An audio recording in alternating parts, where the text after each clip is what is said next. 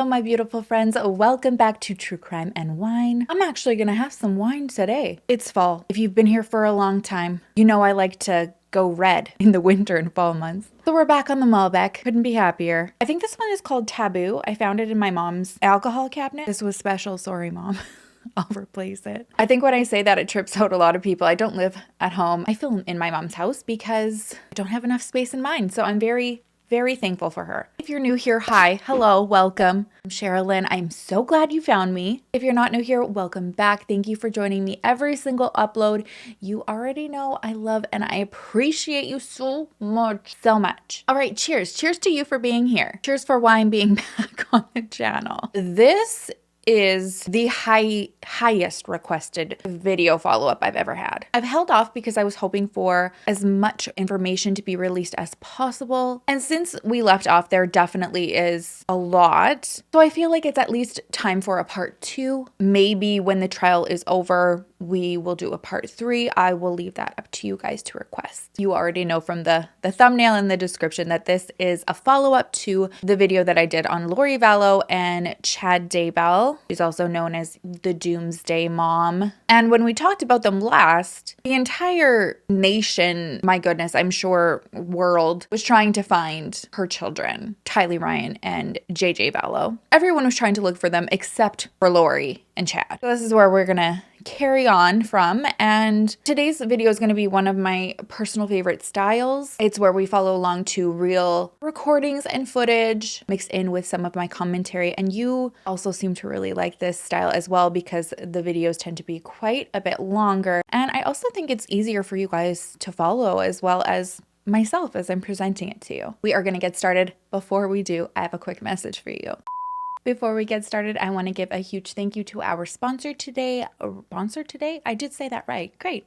Rocket Money. Maybe they can help me talk. It's Rocket Money, formerly known as Truebill. They are an all-in-one finance platform that helps you save more and spend less, which something about November, December, I struggle with. And I'm sure it has to correlate with like Christmas and stuff like that. Also, I don't really want to go out a lot because it's cold here. So then I just find myself scrolling and wanting to spend, which is okay. But if you're going to be spending, then why don't you allow the personal finance manager within Rocket Money help manage your subscriptions, monitor your credit score, help lower your bills, so you're not just like adding on to the spending. You're cutting from here to here, making your goals, building your savings all in one place. You know, I'm always going to be fully transparent. I cannot use Rocket Money in Canada, and I was really bummed out about that. I've requested that I be able to, then hopefully they can expand into Canada. Because one of the things I really liked that they offer is setting a budget so you can monitor your spending. And if you have a certain goal, if you're getting close to exceeding it, it'll give you this nice little friendly reminder and tell you. But also there's something different about seeing it like in your face. It totally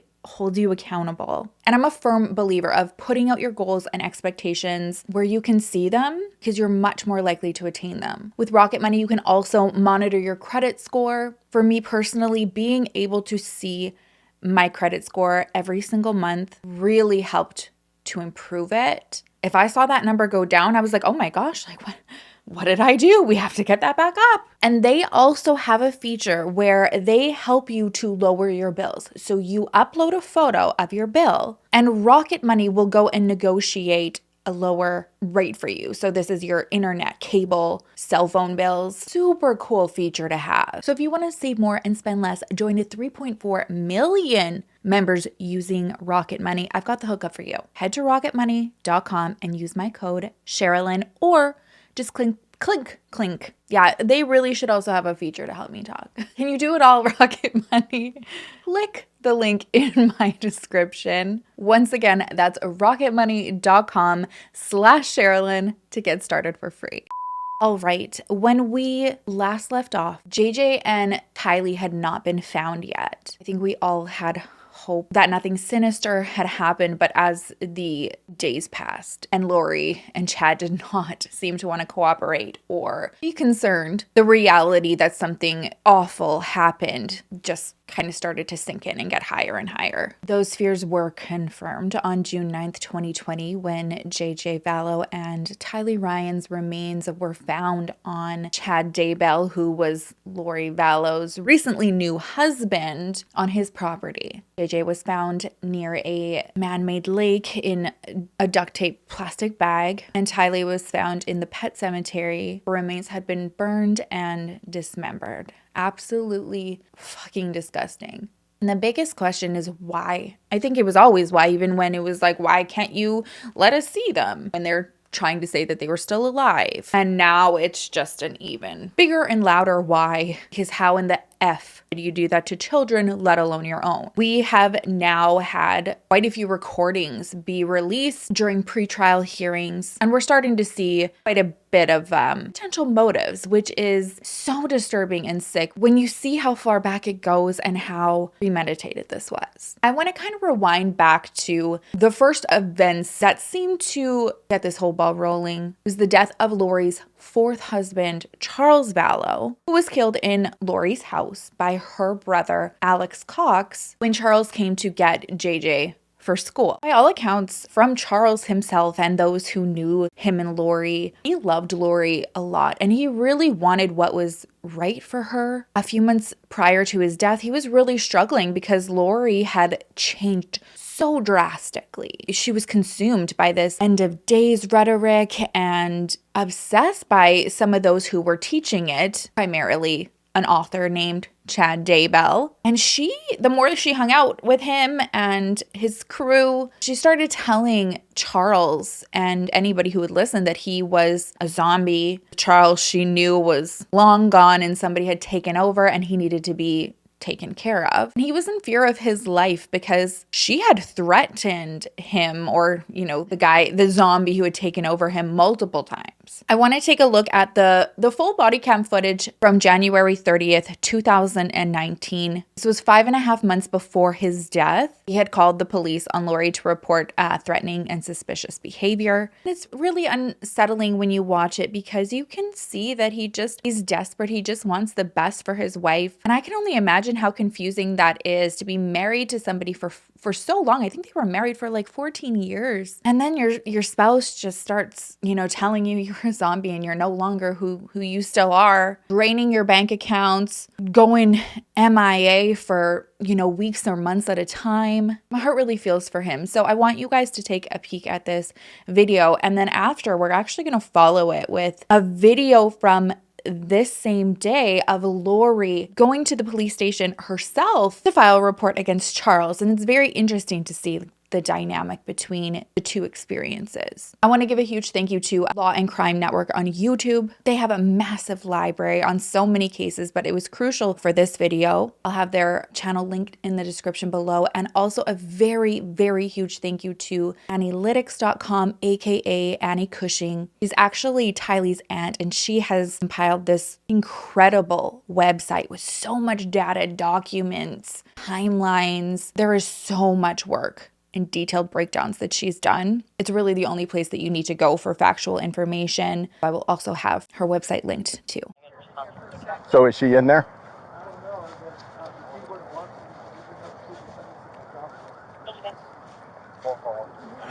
What's going on? Why is she here and you're not here, or are you staying here with her? Long story. She's had kind of a break from reality. She thinks you're LDS? Yes. She thinks she's married to Moroni in the past. This is her You think she's what?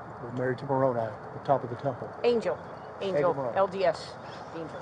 They don't let She's me in there. Probation, and she knows when the second coming is happening next year. So does the prophet. Okay.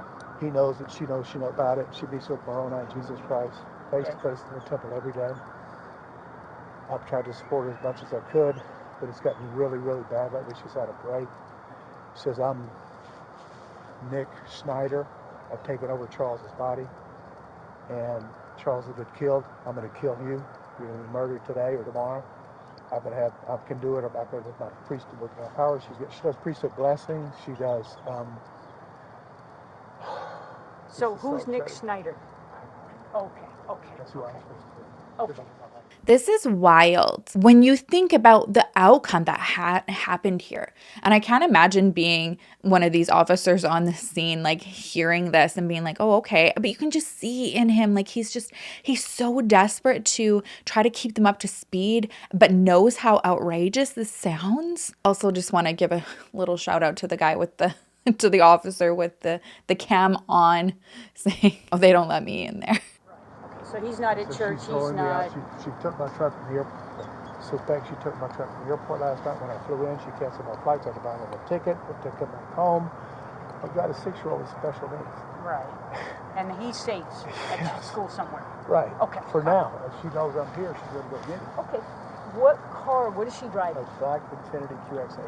And you've looked all through the parking lots? Yes. Okay. All right. Do you have the license plate on that? It's KDM 62 or 63 or 67. It's handicapped. Okay? There it is.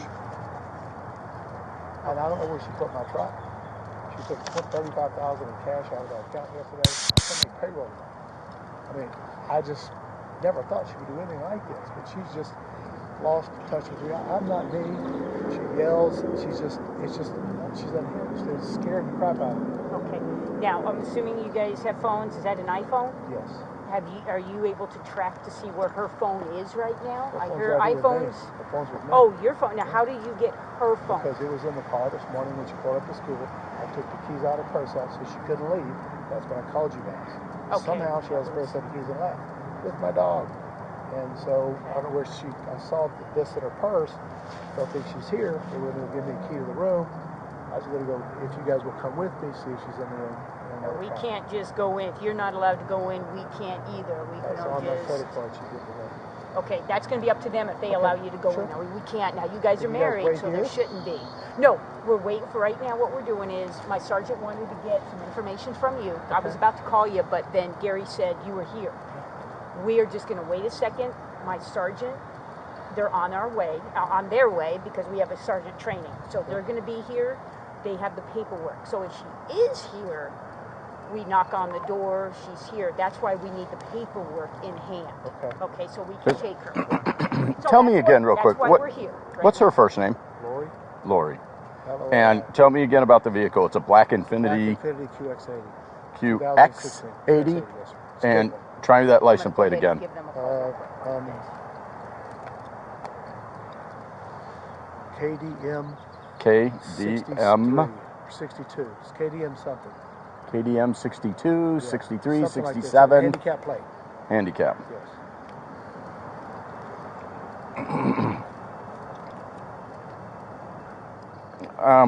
Is it registered to you? Yes. Spell your last name again. V is V. in Victor, Allow. Vallow? Yes, sir. Okay. Okay. That's an SUV that you're describing, right? Okay, I know what it is. I'm going to go check and see if I can go in there, and I'll be right back. Okay, sir? Okay. Also find out if they'll give you permission to go into that room.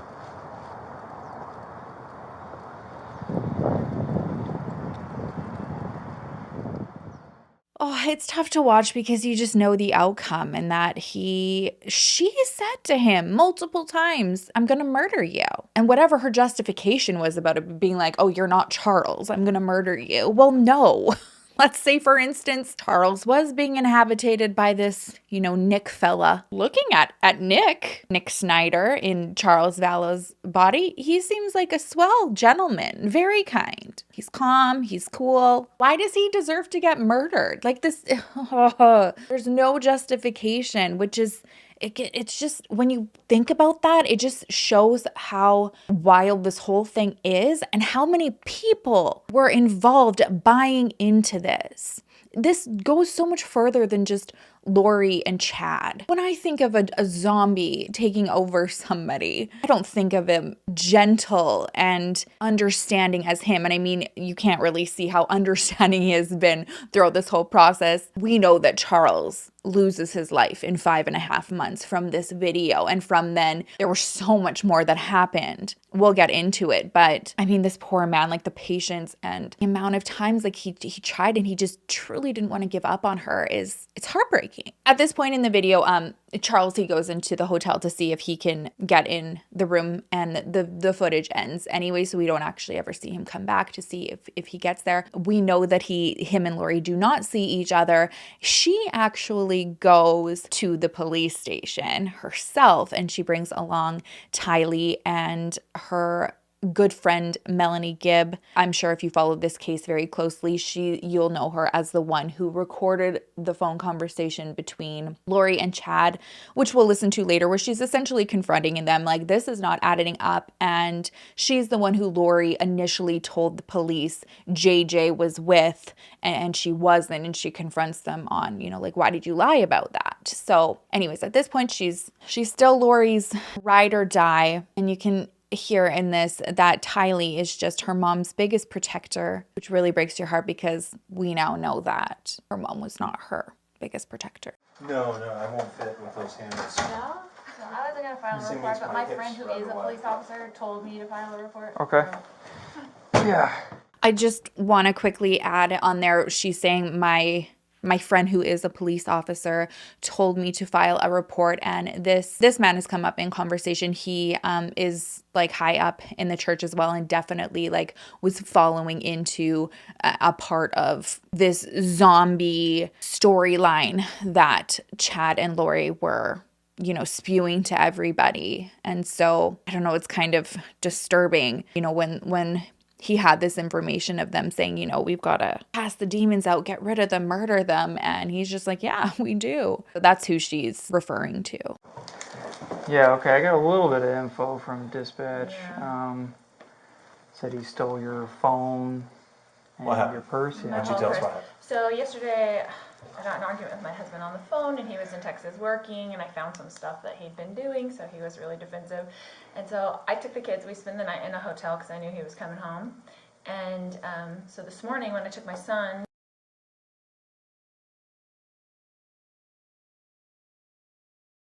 when I went into the school to take him into school. I think the audio, there's a couple times that it'll go off like throughout everything that we're listening to. And I think it's just to like redact names or schools and stuff like that. But you definitely get the gist. It continues on.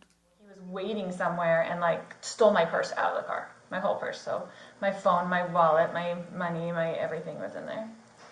So I had the door locked, but the sunroof was open because we have a service dog, and he was in the car, and I didn't want to, my son was kind of throwing a fit. I didn't want to get them both out of the car because it was a mess this morning. Mm-hmm. And we didn't have any of our stuff because we spent the night in a hotel, and he was out of his element. So he's out of his element. And he whatever, either got it out, I don't remember if the door was locked, he got it out, or he reached through the sunroof and just got it.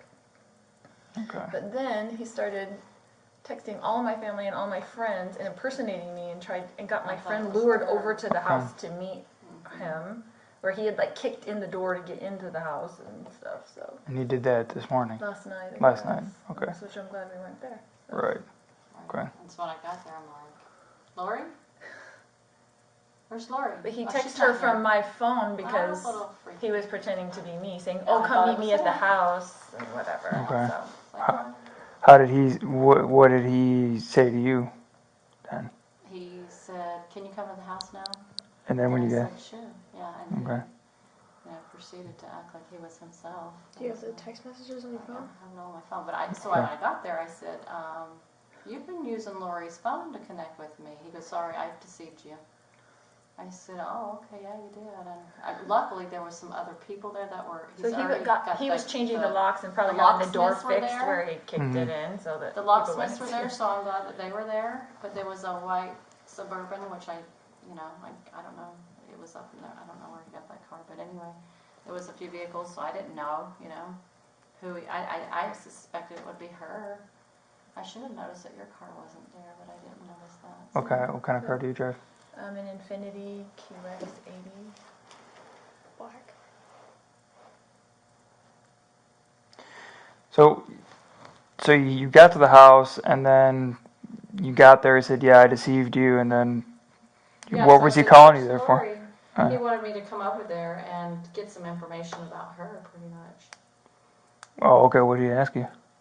He was asking, like, what's got into her, like, Where is she, right? Where is she? Mm-hmm. Of course, I didn't say where she was. I didn't know where she was. She didn't actually. I didn't tell anybody She what didn't tell me. hotel She- we were I at guess because she I just thought it wanted- was safer for everybody to Yeah, not go. he just basically wanted me to take his side, I think, and just say.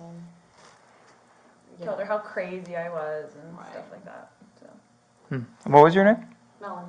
Melanie. Your last name? Gibb. Gibb. Okay. Just because for documentation later, what's your date of So easy to remember.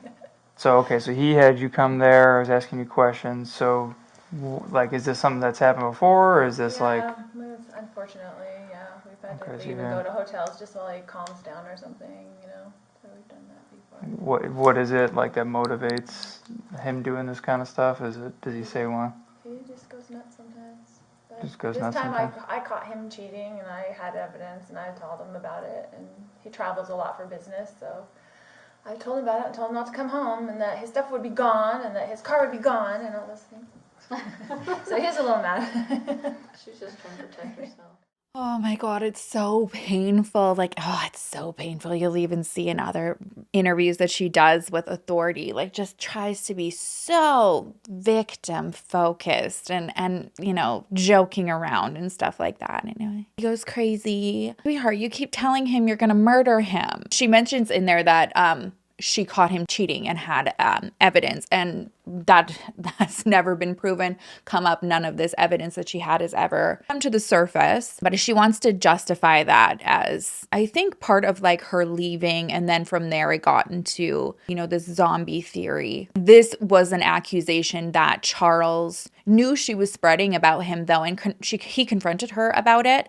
There is a text exchange that they had, and he pretty much just tells her, you know, I don't know what the reasoning is. You know that this isn't true and you're making it up. So the text he said, Lori, if it somehow makes you feel better to make these kinds of accusations, then I certainly can't stop you. But for the record, you and I both know it's ridiculous. You are my one and only for 14 years. Period. And really, this is just a prime example of if someone's accusing you of something that you know you are not doing, you've never made them believe that this is something that you would do. You love them with your whole heart. Quite often it's because they are doing it or have done it or have something to hide, and they're just projecting that onto you, which we know is pretty much what Lori was doing because she had met Chad Daybell in 2018 and was going on a lot of trips and following him around and texting him and stuff like that. So she's definitely trying to spin this on to Charles. And, you know, like I said, I've never seen the proof, and it just seems like he had somebody else on the side. I don't know why he'd be so invested in somebody, you know, who's telling him they're going to murder him every day. Like you can tell he really loved Lori. And I believe that when he says you are my one and only for 14 years, I think he meant that. But I just left with the kids because I didn't want them in all the drama. Yeah. So then you took your phone and purse, and has he tried to make contact with you since? He's trying to contact me through her. He has Through my her? phone. I don't have a way to be Okay. contacted. Yeah. And I I wasn't know sure if you tried to- I didn't know what her phone. I couldn't contact her. Nobody could Nobody said contact she me. called I just went and bought a phone so I could have a phone, a little Yeah. So. throwaway phone so I could. Have you called him to ask him if he'd bring your stuff back? Well, he talked to her about it. That little thing that she slipped in is really important too. She said, oh, I just went and got a phone so that I have a phone. It's one of those little throwaway ones. So her brother Alex, and Chad all had one of these burner phones, which we're assuming was what they probably primarily used to communicate with each other in terms of like organizing all of these hits essentially on everybody. So he And what said, was, Yeah. I said, would you be willing to give me the purse for Lori? You know.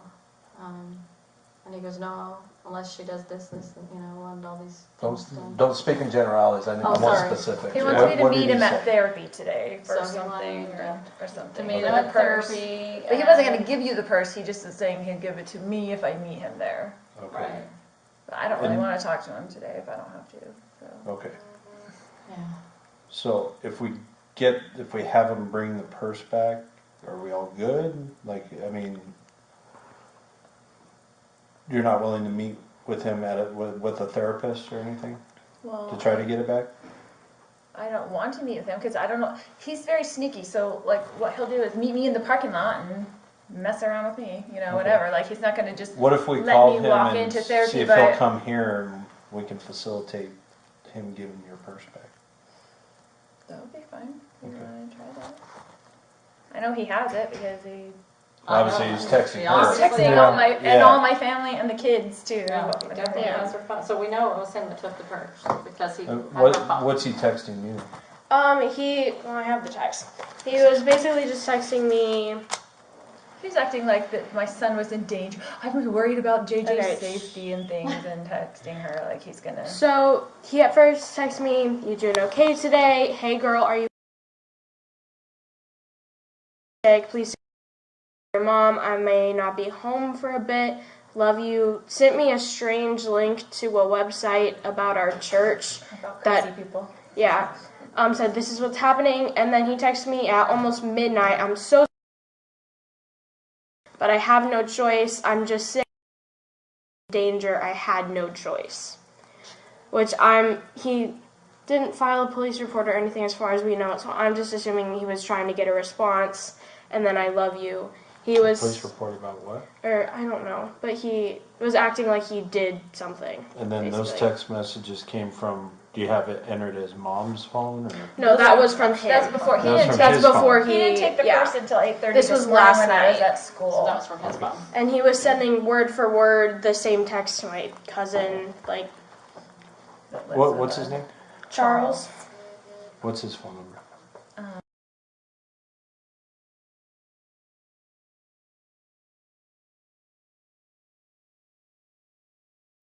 He has the same last name as you, I'm assuming? Yeah, Okay. Vallow. Charles Vallow. So my friend told me, my friend that's a police officer, he said, go file a report, file a restraining order, all this stuff. I don't want to do all that stuff. I just wanted to be on record, and if you can get the purse back, that would be lovely, because all my stuff is in there. I'm really mad about my lip gloss. What All about of credit this stuff cards? could be well, he has all the cards and all this Yeah. stuff, so he's mad because I took the money out of our account, but it's a joint account, so he wants me to give him money.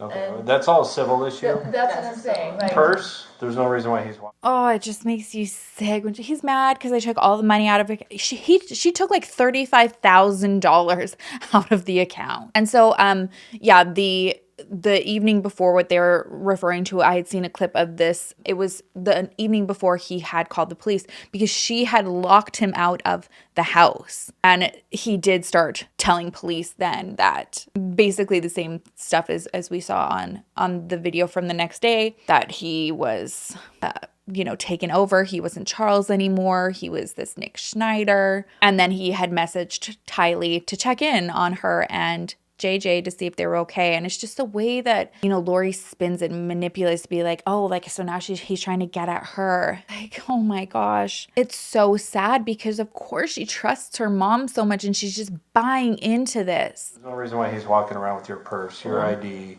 that he doesn't have a right to. right. Married or That's what I'm not saying. married. All the rest of the stuff is our joint stuff together. Yeah. So. All right. We're gonna leave the room temporarily. We're gonna try to give him a call, see if we can't get this rectified. That'd be great. Thank you. All right. You're welcome. All right.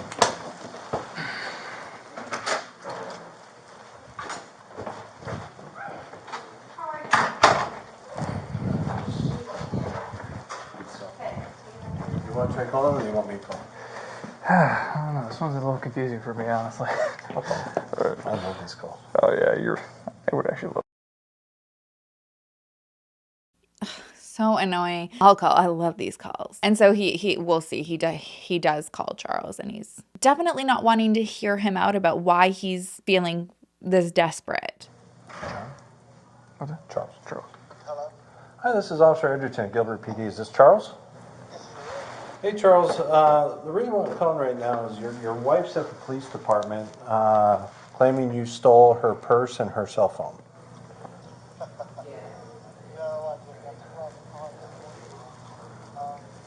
Okay, you realize they don't belong to you, correct? Can you guys hear him on that where he's like, he just starts laughing. He's like, of course she did. It was in the vehicle that she left. Okay, so that's a civil issue, and she's responsible for every penny when if you guys end up going through divorce proceedings?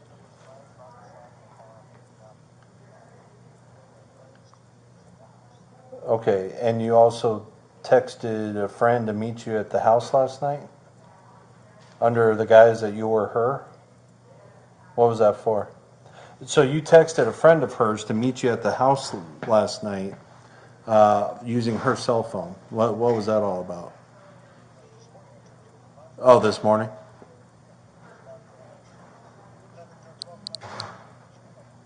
Okay.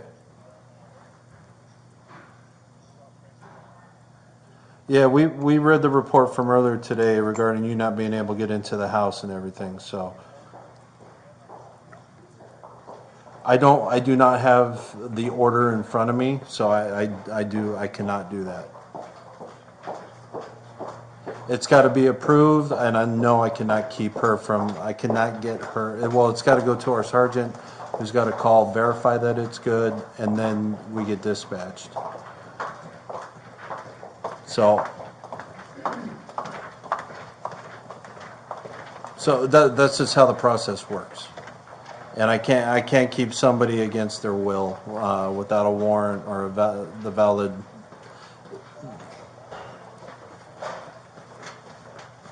Well, I'm telling you right now, we have a process. You come here, you turn it in, it goes to a sergeant. Sergeant calls the doctor.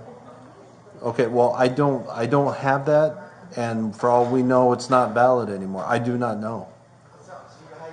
What I'm concerned about.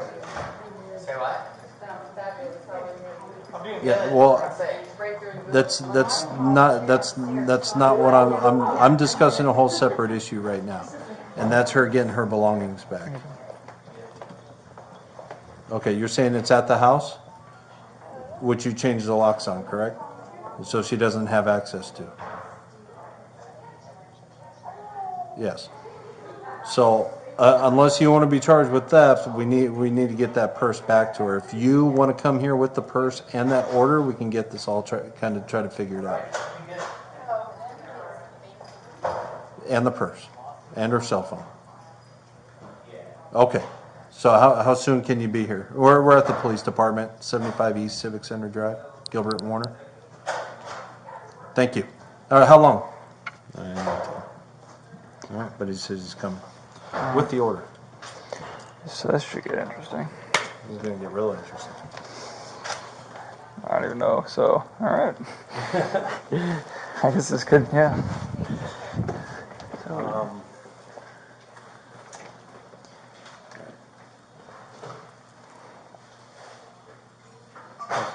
yeah.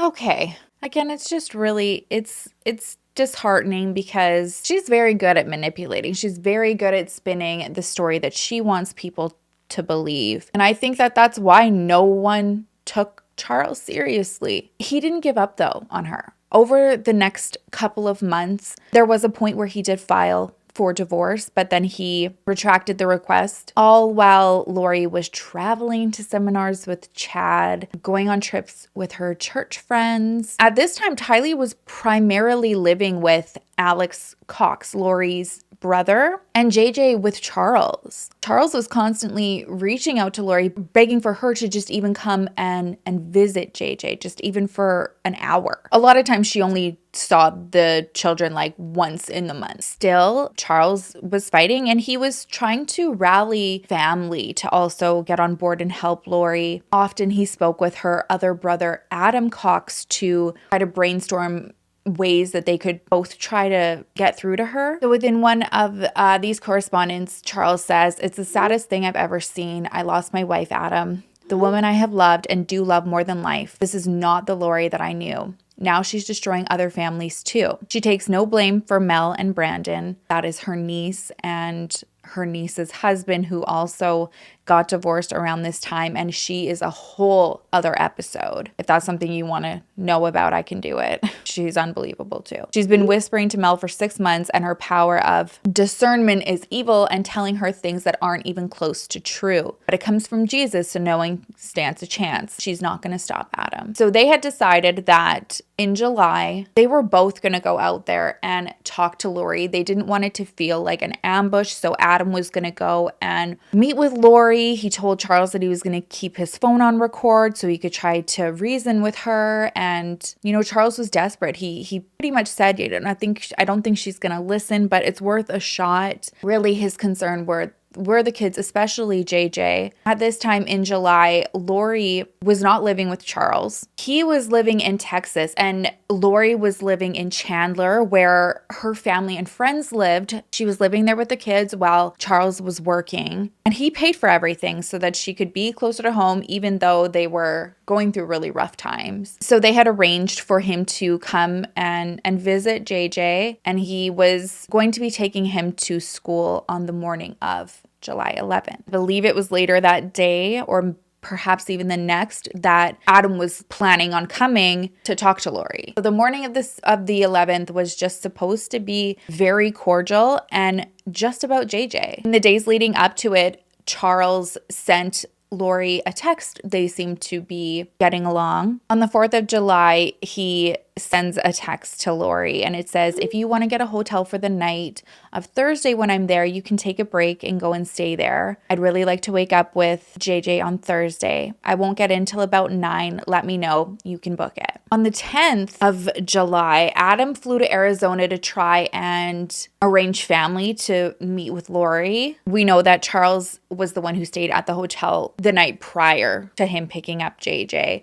so Lori did not take him up on that offer. And he was texting with Adam the morning of July 11th at 7:35 a.m. He texts him and he says that his brother, Lori's other brother, Alex, is there. So Charles says to Adam, Al's here. And Adam says, at Lori's? Adam says, really? I wonder why he never called me back, because he was trying to also have him involved in this, I guess, like intervention almost. And Adam says again in another text, they're planning something. And Charles says, absolutely. Adam said, I was supposed to spend the night at his house last night. She probably blocked that. He then sent another message to Charles and said, what you do is up to you. And that was the last message that Charles ever read on his phone at 7:37. Adam did send another message around 7:37, but it was not read until 12:13, which was hours after Charles had already died and Lori was in charge of his phone. And that from Adam had said, I'm going to put the pressure to him to come and get me right now, and I'll see what he says. He then sent some other messages right after, just saying, okay,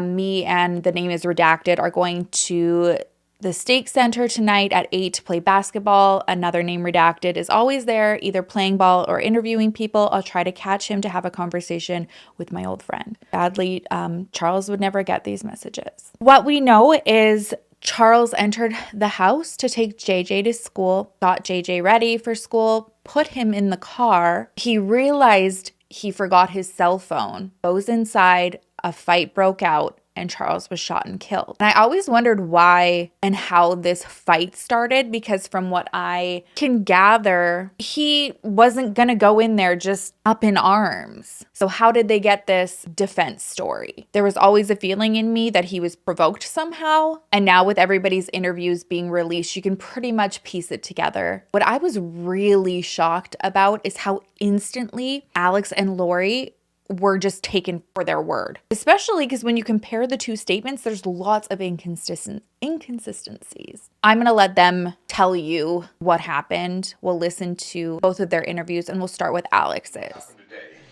Let me just write a couple things down.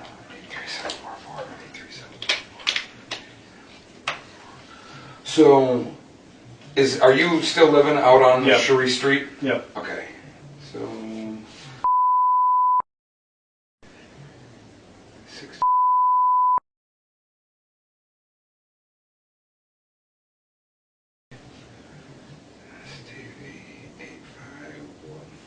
Are you working right now? I'm off this week. Okay. Well, where do you work at? We you do for them? Drive a truck. Mostly hauling has waste. Okay. What's the cell phone number for you?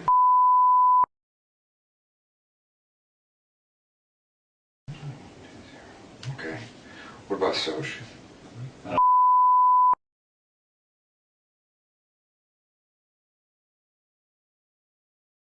Okay, I have very little understanding or knowledge of what happened.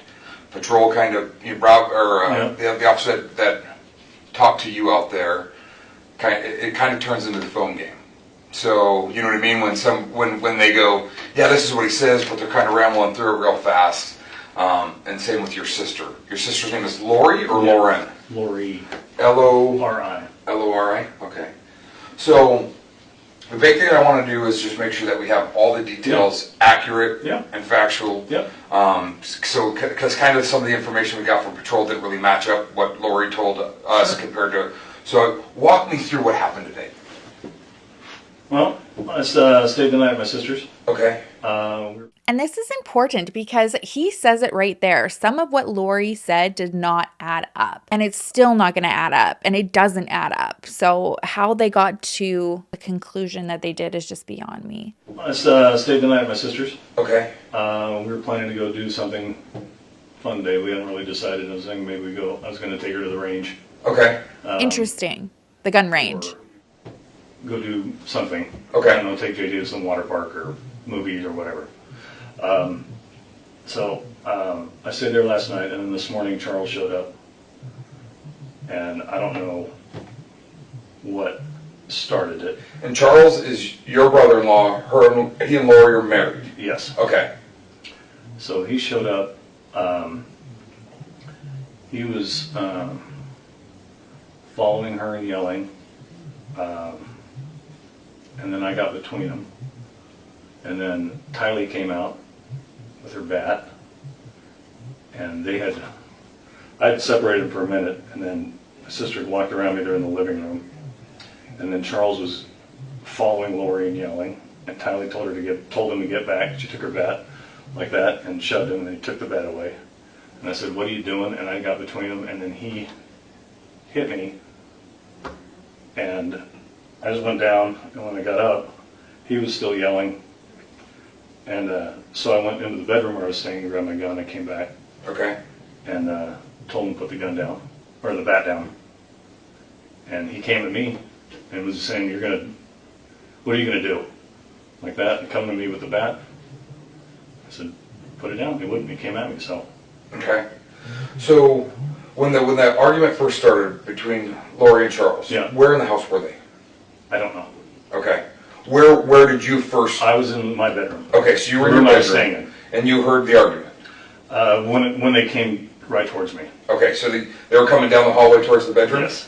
Okay, so you hear the argument, you step out, what's the first thing that you see? Charles chasing after Lori and yelling. Okay. Had Tylee already gotten the bat? No. Did he already have the bat? Okay. No. So Charles is coming towards Lori. He's coming towards Lori, and I shoved him back. Okay. And I said, "What are you doing?" Because he's coming at her aggressively. Okay. He's a big dude, so he's not gonna hurt my sister. Okay. So he's coming at her. Yeah. And you shoved him back. Yeah. What happened right after that? I'm sorry to interrupt you. He got back up and he comes right to me, doesn't look at me, and continues to yell at Lori. Okay. So he's maybe this far away. Are you in the hallway of the house, or we're right close to the doorway of that bedroom. Of the bedroom you were staying in? Yes. Okay.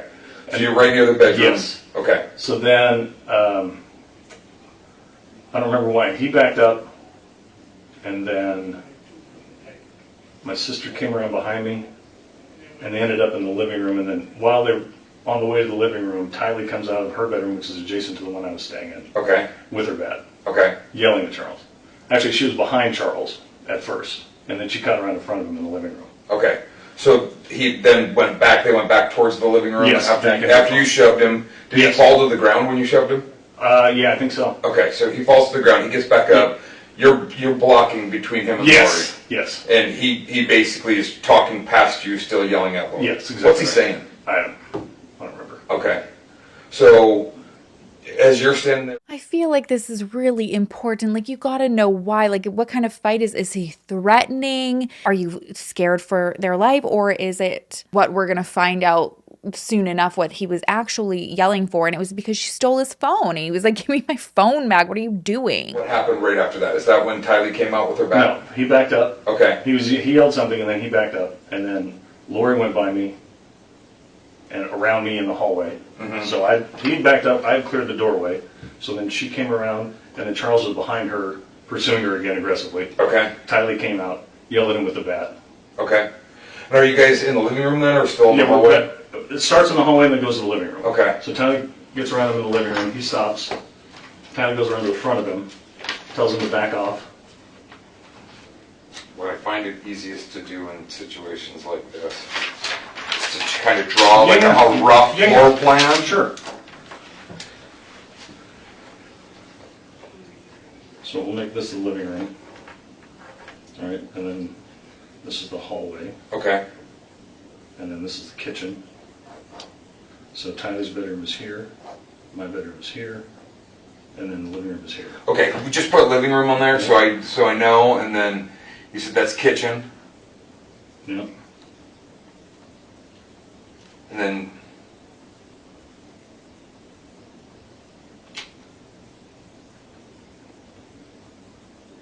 so the doorway's here. okay. Is this area of the house where all of this incident was focused Yes. at? Okay. Yep. And then there's another bedroom here. This is JJ's bedroom. Okay. So do you first get involved when they're down by your room? They come all the way into the, she comes in the room, he comes right here, and I stopped him right here. Okay, so she came into your room. Yeah. Okay, so she comes into your room, he's coming at her aggressively, and that's when you pushed him. Yep. His story has already changed so many times if you go back and like re-listen to it in terms of how they got near him. It's like, oh, they were coming up and he heard and he came out. Then all of a sudden it was they were by the door and he came out. Now it's Lori's in there. And I do agree, like this investigator is, you know, doing a great job at like re-asking the questions. I just don't know how when you look back on his and on Lori's interrogation, they got to where they did in this being a self-defense case. So you push him down. Yep. And then he gets back up. Yep. And then he yells, and then he backs up. Okay. And then Lori goes around and goes around him, and they're still going at it. Okay. Right?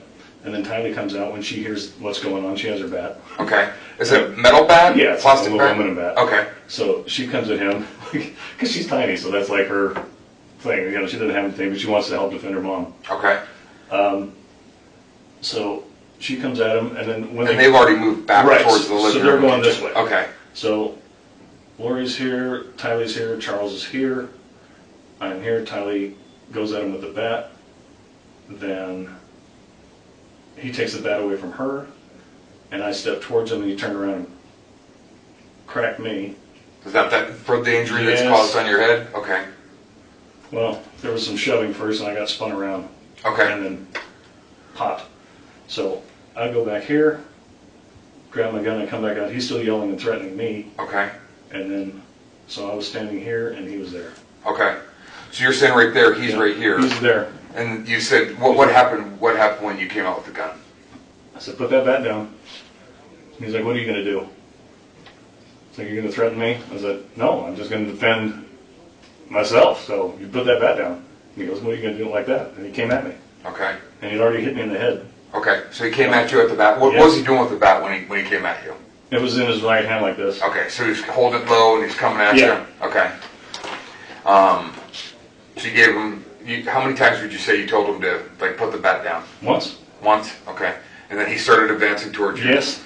How many shots did you fire? I don't know. A couple. Okay. Were Tylee and your sister?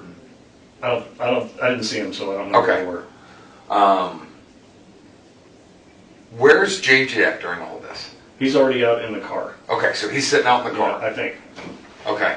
But you, as far as you think or understand, you're not sure where they were. Correct. He's in the corner of the living room. They were no longer in the room. Okay. When I come back out. Okay. I think that is, you know, like a little slip of his just to show that they had planned this beforehand, because he's saying that he's in his room this whole time. So when Charles comes to pick up JJ. He gets him ready. He puts him in the car, and then he comes back to get his cell phone. Alex is saying like he's just in his room doing his thing and that he heard fighting. So that's when he came out. So for all he knows, like everybody should be. And how would he know that he was already in the car? And I think it's because they had made sure that was what was going to happen so that he wasn't going to be in the house. And you can kind of see like he backtracks. He's like, oh, he was in the car. And then he's like, well, yeah, well, I don't know. I didn't see him. You knew, Alex. So they're out of the room, so it's just you and him. Yes. And he basically comes at you with the bat. Yeah. You tell him to put it down. Yeah. He's threatened, like, Yeah. what are you going to do about it? Yeah. And what'd you tell him? I didn't say anything. He's coming at me, and I'm holding the gun. Okay. If you're going to attack someone with a gun, you got to be ready for the repercussions. Yeah. So I just want to make sure because he basically. Again, I'm not an investigator, so I don't know what protocol is for this, but I would have put him on the spot and put the pressure on and said that he didn't come at you or say anything or like attack you. He's like, well, if you're gonna attack somebody with a gun, you said yourself he was standing there with the bat like low. And I know you got to keep the interview going and stuff like that, so I wouldn't want to like shut him down completely, but I would just be like, oh, okay. Was he holding the bat low or was he attacking you? You had said earlier that he had the bat. Yep. And he asked, like, what are you going to do about it? Yeah. And you had already told him to put the bat down, and then he just came at you, Yep. and you shot him. Yep. Okay. And you're thinking a couple times? It was more than one shot. Okay. So more than one shot. What kind of gun was it? 45. Okay. What make? It's a Springfield XDM. Okay. So it's an XDM 45. Yeah. What type of ammo were you carrying in? Do you know? Just standard. Like full metal jacket? Yeah. Target shooting? Okay. Yeah. So you fire a couple times. Yep. You don't know where they're at. They're gone. They're gone. What happened right after that? Right after that, I went to the kitchen and rinsed my hands off because I had blood on the back of my head, and then I went back into the room and put the gun down and grabbed my phone, and then went back into the kitchen and called 911. Okay. And then We know later, just by phone records, this did not happen. 911 was not called until 37 minutes after he was shot. did you see your sister and Tylee again? Did they come back in or not? Not until they drove up. Okay. Then they drove up here? Yeah. Okay. When they drove up outside. Gotcha.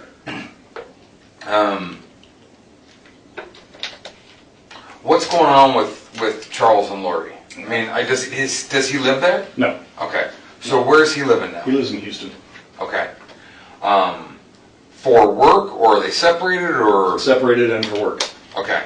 So both. How long have they been split separated? Up, January. Okay. So 6 months or so, 6-7 months. Yeah. He's had some pretty erratic behavior since that split up. Okay.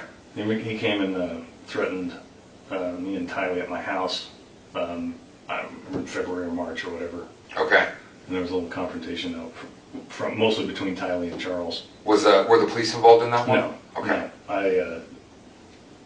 I was just supervising to make sure that he didn't hurt her. Okay. So,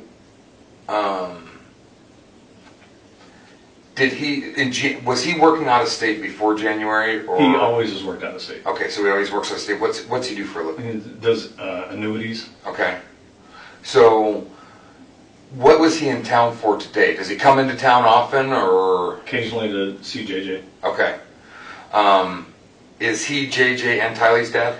He's JJ's dad. Well, actually, he's Charles's nephew. He's his niece's kid. JJ is? Yeah. Okay. And she was a meth addict, and then they adopted JJ. Okay. So they adopted JJ, but Tylee is not? Not his. Okay. At this point, when the detective is asking him about Tylee being Charles's daughter, I can only imagine like the sweat beating off of Alex right now, being like, please don't ask about Tylee's dad. Because if you follow this case closely, you know that Tylee's dad died not long prior to Charles from a heart attack. There's a lot of speculation about that.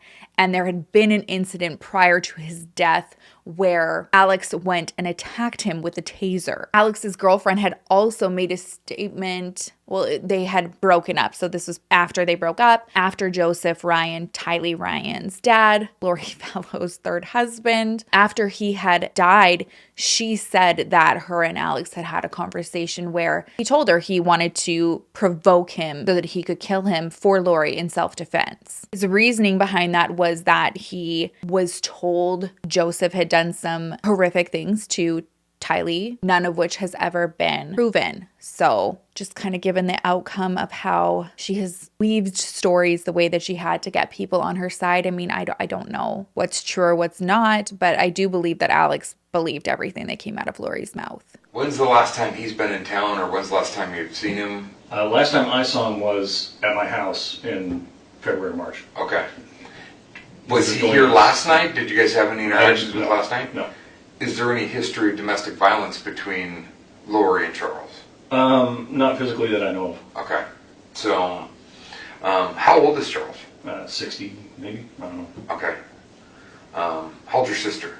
44 or 5. Okay. Is it sad that I don't know? I have to do the math. Don't worry about it. It's hard enough remembering my own age. Right. Each birthday, you're like, that didn't happen. After 45, who cares? Okay, I'm like laughing about it or like making fun of him, but literally like how many videos ago I was like, how old am I? Ugh, Alex. Is there anything else that you could think of that I didn't ask about that I need to know right now? I can't think of anything. Okay. Did Lori ever say, like in the last couple of days, that Charles was coming to town? Yeah, she said he was coming to pick up JJ. Okay. So you guys were expecting him to show up today? Yeah. Okay. So you knew, okay. It wasn't like he just showed up unexpectedly? No, it wasn't a surprise or anything like that. But you don't know what they were arguing or fighting about? His behavior was a surprise, but him showing up was not a surprise. Okay. Let me just walk you through my understanding of it to make sure that I'm accurate. You were in your room. Yeah. Had you even gotten up and like been out of your room this morning? Yeah, brushing my teeth. Okay. So you're in your room, you hear... I'm just on the phone, and then I just hear them coming around the hall quick. Had you seen Charles before, or like that morning? No. Okay, so you hear them arguing. Yeah. So that just kind of confirms that he, about like the whole, I just smashed my microphone. Sorry about that, guys. Okay, no more Mullback on the channel. That just kind of confirms that that's, the plan to have JJ already out of the house was already discussed before Charles even got there, because he says himself, like the only thing he did was brush his teeth and he was in the room. He never saw Charles. And first time I see him is at the doorway. At your doorway. And I shoved him back. So Lori comes into your room. Yep. You're in your room. Yep. You get up at the doorway and basically get between him and Lori. Yep. You push Charles back. Yep. He probably fell down to the ground or did fall to the ground. He stumbled back. Okay. So he stumbles back. He comes right back up and he's talking past you, still yelling at Lori. Yes. But you don't know what he was yelling about. I don't remember. Okay. So at some point in time, Charles backs up. Lori comes out and they both go around you and towards the living room. Yes. Tylee comes out of her room with a bat. Yep. And basically, they've made their way into the living room. Yes. So Tylee pokes her dad in the bat. In the front, in the In the chest. front. Okay, so she's yeah. come around this way. Yeah. Okay, so she's come around. So this is Tylee, and that's Charles. Okay, so she pokes him in the bat, Yeah. or in the chest with the bat. Yeah. You know how many times about, or Just once, and then he grabbed the bat. Took it so he grabs the bat and takes it away. You come towards him. Yeah. And then what happened right after that? He shoved me and spun me around. Okay. And then cracked me in the back of the head. Cracked you in the back of the head. He hit you one time? Yeah. Okay. So you go back to your room. I stumbled forward, and then I went back in there. Did you fall to the ground when you got hit with the bat? No, my head bounced. Okay. So you go back to your room. Yeah. Get the gun. Yeah. Come back to the living room. Yeah. Now, Tylee and Lori are gone. Yeah. And it's just me and Charles in the living room. Okay. And Charles, what's he doing again? He's got the bat. Okay. And he's looking at me and he's going, what? And I told him, I said, Charles, put that bat down. And he goes, what are you going to do about it? How were you holding the gun when that happened? Okay, so you're pointing it at him. Yeah. You tell him, Charles, put the gun down, or put the bat down. Mm-hmm. And what did he say? He's like, what are you going to do about it? Okay. And then comes at me. Okay. and then you fire a couple times. Yeah. But you're not sure how many. You know it was more than one. I'm pretty sure it was 2. 2? Okay, 2 shots. Where were you aiming on his body? Just center. Okay, so you're pretty sure 2 shots center mass. Yeah. Just center. Just right in the heart. I don't know what the rules are in the US, but I thought like for self-defense, I mean, unless you were like getting attacked and you knew that the only way that you were going to survive is if you killed them, I thought you were supposed to like incapacitate them, like shoot them in the leg or something so that they can't come at you if that's what they're doing, not just like right in the center. If you know though, like the rules, please share them because I don't know. He falls to the ground. You don't see Lori or Tylee anymore. Correct. You go to the kitchen, grab a rag for your head. Yeah, toss some paper towels and wash my hands off. And then go back to your room, put the gun down, Yeah. grab your phone, Yeah. come back to the kitchen and call in. Yeah. Okay. And then they walked me through. I tried to do CPR. Okay. Anything else that you can think of? Which we also know he did not do because the statement from the first responder is that when they started CPR, that is when all of the pooling like of the blood that was, you know, in Charles started coming out from the compression. So Alex had never done that. That I need to know, or that's important to this? That's all there is. Okay.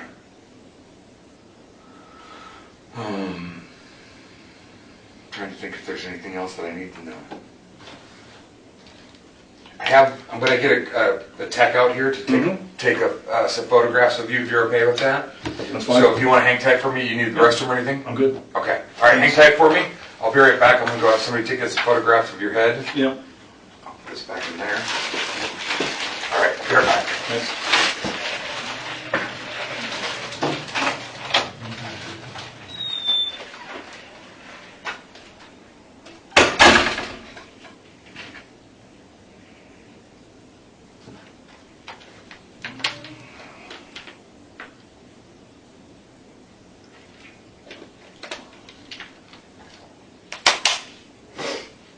All right, so the officer leaves. Alex sits there for a really long time, gets the photographs. Like an hour later, the cop comes back to just go over the statement one more time. And so I guess this is Alex's final version of what happened. So, just want to kind of go back through a couple things real quick. Yep. Your sister had mentioned something kind of historically. I guess she said she just recently moved back. She went to Houston or somewhere, and then recently moved back about 3 weeks ago. She was saying something about Charles texting your other brother. Is it Andy? Adam. Adam? Do you know anything about that? Okay. No.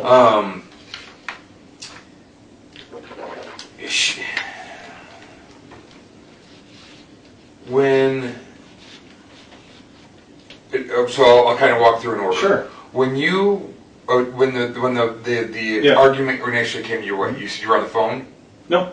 Okay, you were just in the room. Yeah. Okay, I thought you said you were on the phone. No. So you weren't on the phone with anybody? No. He did say that. He did say that he was on the phone. Now he's like, no, I never said that. No, my phone was in that room.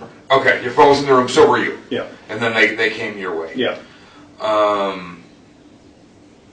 And then you're not sure where Lori and Tylee were when you came back? When I came back with out, the gun? that's correct. Okay. Where was your gun at in the room? It was in my bag in a case at the foot of the bed. So the bed was here, and then the gun was here in a case. Okay. Inside like a duffel bag or something? Yeah, it was like a zip, a little orange bag. Okay. And then my case was in there. Okay. Is it the hard plastic? Yeah, the hard case? plastic with the foam and the extra clips and everything. Okay.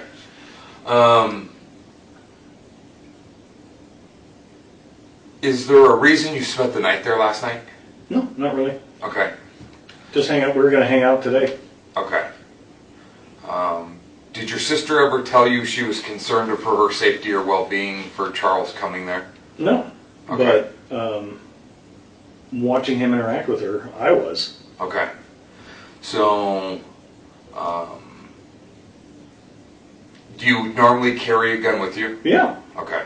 But you didn't have it on your person during this? No. Okay. When we talked about Tylee basically having the bat, Charles taking the bat Yeah. away from Tylee. You said there was a struggle after that. Yeah. What happened? I grabbed him from behind, Okay. and then we went to the ground, and then we separated, and he hit me, and then that's when I left. Okay. So you grabbed him from behind, Yeah. and how come you grabbed him from behind? Because he was in front of me, and he was going after Tylee with the bat. What was he doing with the bat? No, he just grabbed it from her, and then I jumped in. I don't know what he was doing with it. So he was going after Tylee with Yes, the bat, yes. and you grabbed him from behind, Yes. around the neck, or Over the shoulder like this. okay. You grabbed him from behind. Yeah. You pulled it back, and you guys. I both pulled him went back. to We the both ground. went to the ground. Yeah. Okay. Did you see him swing the bat at you? No. Okay. So you pulled him to the ground. You got back up. I got back up. He hit me in the back of the head. I don't know if it was with the bat or not. I assumed it was. Okay. Because he had it. Okay. I just want to say here, I don't know. I wasn't there. I don't know how he got this injury, but something to remember is that, and Lori will mention it, Charles was a professional baseball player. I mean, this guy could hit a ball, in the outfield. I think if he really wanted to do harm, Alex wouldn't have just like this single gash on his head. So he hit you in the back of the head. Yeah. And you go to the room. Yeah. Okay. And you don't know where Lori or Tylee are when you go back to the room. Correct. Okay. You come back from the room. Yeah. And you basically get you initial or marked kind of here on this corner. Yeah. That you're basically at the corner of the living room. Well, this is the hallway here, so there's like a wall here that divides the kitchen. Okay. So I'm somewhere in this area. Okay. And he's in the living room. Yes. And he still has the bat. Yes. Is he now focused at you, or is he focused at Lori? He's focused at me. Okay. He's yelling at me, and he moves towards me. What was he saying to you? Do you remember? Not really. Okay. I just remember yelling. Okay. And then I was watching more body language, and when someone aggressively comes at you. Okay. Are you? Do you have your CCW? Yeah. Okay. So you're. So he's basically coming at you and he's yelling. You're watching his body language. Yeah.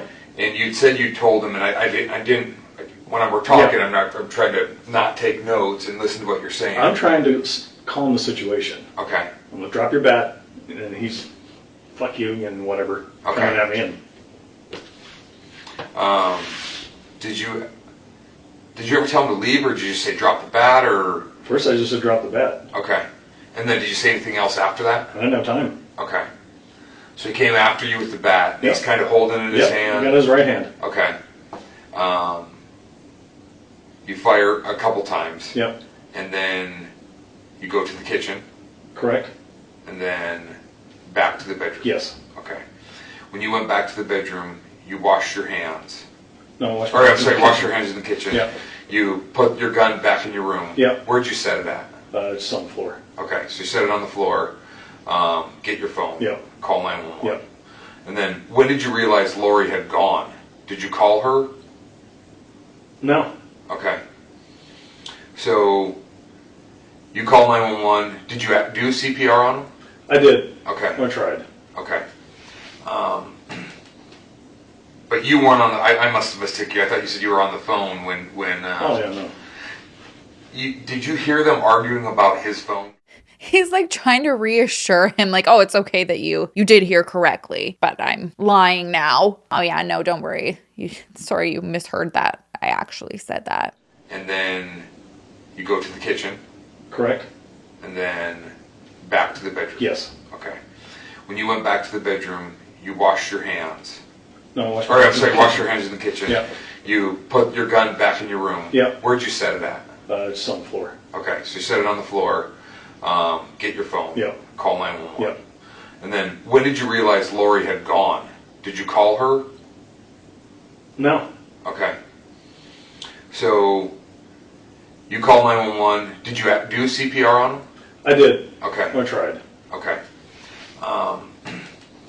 When the detective asks him, did you do CPR on him? And he's like, yeah, I tried. And then like shakes his head, no. I see you. I must have mistaken you. I thought you said you were on the phone when. Oh yeah, no. Did you hear them arguing about his phone? I don't.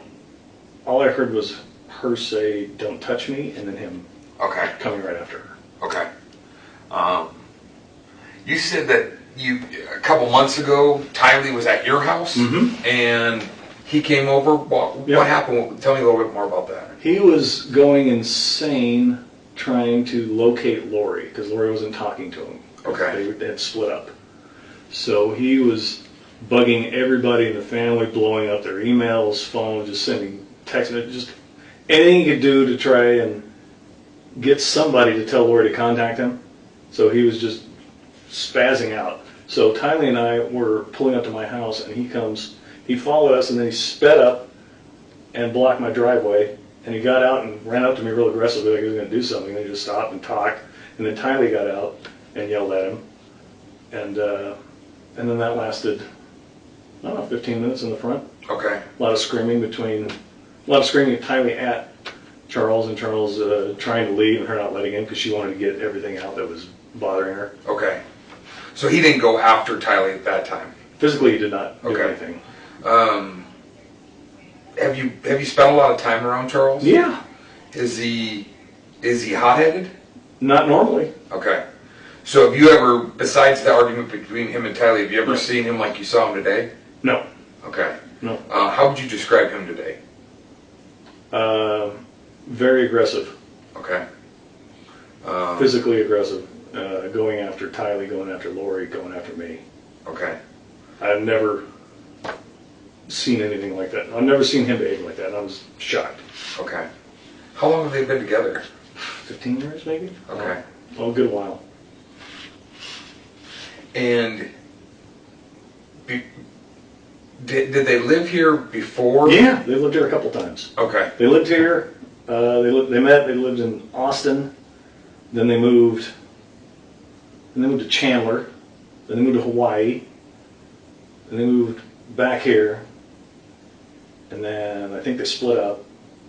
And then she went to live in Houston for 2 months, and that wasn't working out. So then she came back here and got a place. Okay. And then he had just come back out here. And he got a place, or she came back out here and got a place. How long ago was that? I don't remember. Okay. Within 2 months. Okay, so the last couple months.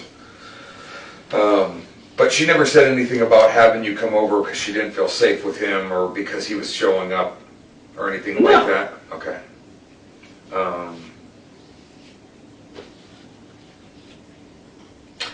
Is it normal for you? She had expressed that he had threatened her in some email and text messages. Okay. Saying he was going to stop her, destroy her, or something to that effect. And when did she tell you that? Well, I don't know, a couple weeks ago when she got the text. Okay, so that was a couple weeks ago, Yeah, wasn't? we talked about it, but it wasn't anything. Gotcha. On So the top of my head. you weren't under the impression that she had you there to make No. sure that he was, No. didn't cause an issue or anything like that. And you had the gun, so you didn't bring a gun for that purpose. I always carry it. Okay. I had my other gun in the truck, and then my niece just gave me a gun, and I thought we'd maybe go to the shooting range, and because my niece gave me a 380. Okay. She didn't want it anymore. Gotcha. So I was going to take it from my sister because she's got tiny hands. I was going to let her shoot it. Okay.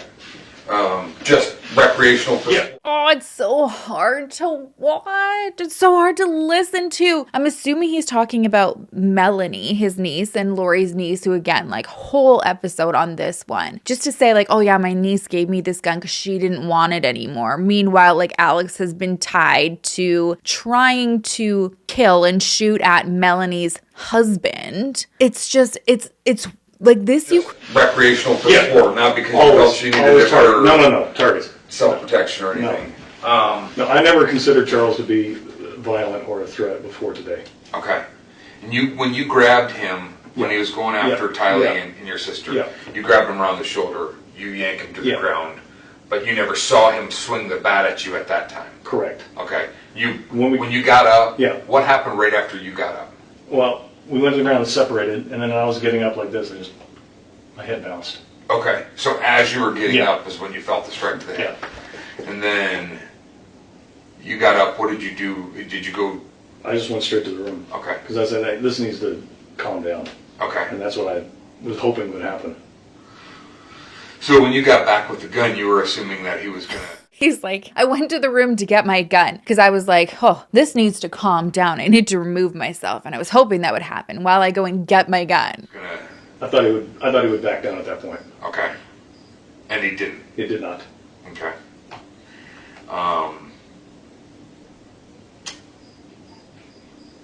Anything else you could think of that I need to know that we haven't talked about? I can't think of anything. Okay. You don't need any medical attention for your head? I'd like to get that cut cleaned up. Okay. I think we're almost done, so Yeah. if Sure. we're almost done, we'll probably get you and Lori and Tylee back to the house. You won't be able to go in. Yeah. Because we're working under Sure. as a scene. Yeah, absolutely. How did the injury on your arm happen? I'm guessing somewhere in the tussle. Okay. Were there any strikes thrown besides you getting hit in the back of the head? No, just me shoving him. Okay. And that was initial in the bedroom? That was yeah, exactly. Okay. That's when I got involved. Okay. And then the only other time he got physical with anybody is when he was going after Lori and Tylee, and you grabbed him around the neck. Correct. And dragged him back, and you both Yes. fell to the ground. That's correct. Okay. No, we're just running a criminal history to make sure that you're not a prohibited possessor, so there's no felony convictions. Correct. There was a confessed felony, aggravated assault. Okay. In Austin, Texas, in 2007, I think. Have your rights been restored? Or are you legally able to? Yeah, so your rights are restored. You're all done. Able to possess a I firearm. was never convicted. Oh, okay. Pled guilty, but they have deferred adjudication in Texas, so I completed probation, and then. Gotcha. That was that. Okay, so it's an open-ended thing, so Yes. it's a misdemeanor now.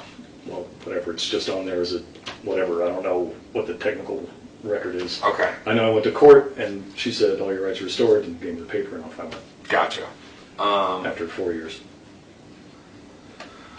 All right, hang tight. I'm gonna go see if they're done with Lori. We'll get you guys all together so we can get you out of here. Good deal. And just make sure that the people that are monitored don't have any other questions that I need to ask. Okay? Sure. Yeah. All right. Thanks. I appreciate your patience, man. No problem.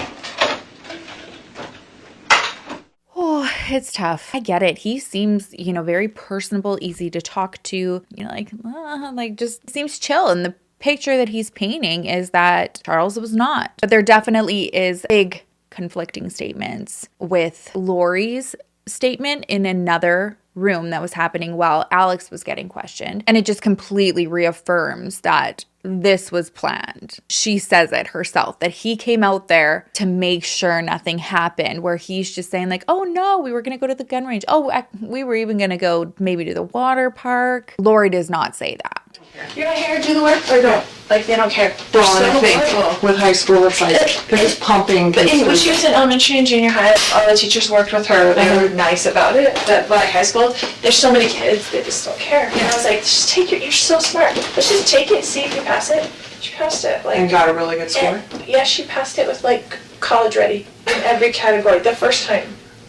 Well, and then she can do what she wants. So Exactly. She's better off that way. Mm-hmm. This intro here, it just really, it hurts because I kind of go back and forth with thinking that I mean, there's no excuse. I think Lori is scum of the earth, but I do strongly believe that Chad Daybell was the mastermind of all of this to have Lori and to isolate her from everybody. He's the one in her ear all the time saying yeah, we got to get rid of Charles. He's a zombie. He even sent her lists of people that she could trust because he, tapped into his senses or his foot that he had on the other side. And on a scale of 1 to 100, he named out all of her friends and then said what level she should trust them at. Here, this interview starts off with Lori speaking to this investigator, and she looks so proud and sounds so proud to talk about Tylee and how smart she is and how she just aced this test. It really just reminds me of me and my friends talking about how proud we are of accomplishments that our kids have. Little does she know, pretty soon here, she's going to be told her kids also have become zombies. I know Lori's your first name, right? Yeah. L-A-U-R? L-O-R-I. Okay. And then what's your last name? Vallow. V-A-L-L-O-W. And your date of birth? And your phone number?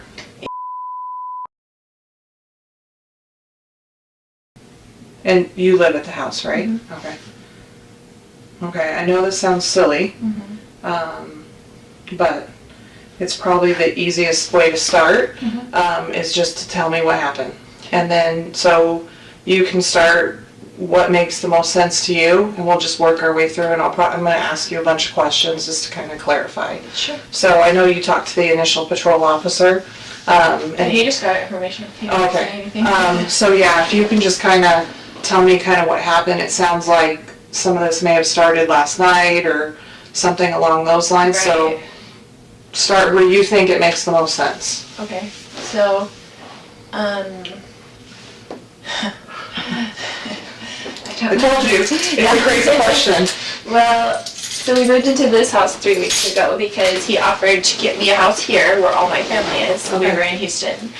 And so he's like, we had decided to separate or whatever. So he's like, well, I'll pay for a house for you and for JJ and whatever, because he's all about JJ. He's never about Tylee, but he's all about JJ. Because we adopted him together. He's his great nephew. We adopted him as a baby. And so we adopted him as a baby, and so we've been raising him together. And he travels all the time for business, so he's used to just going back and forth. So he's always gone like Monday through Friday. So he came when we first moved in and brought me stuff from Houston, like a U-Haul, and then he hasn't been back. But it's all these threats on my phone all the time, you know, like whatever, all these things. And then he told me... What kind of threats? Just...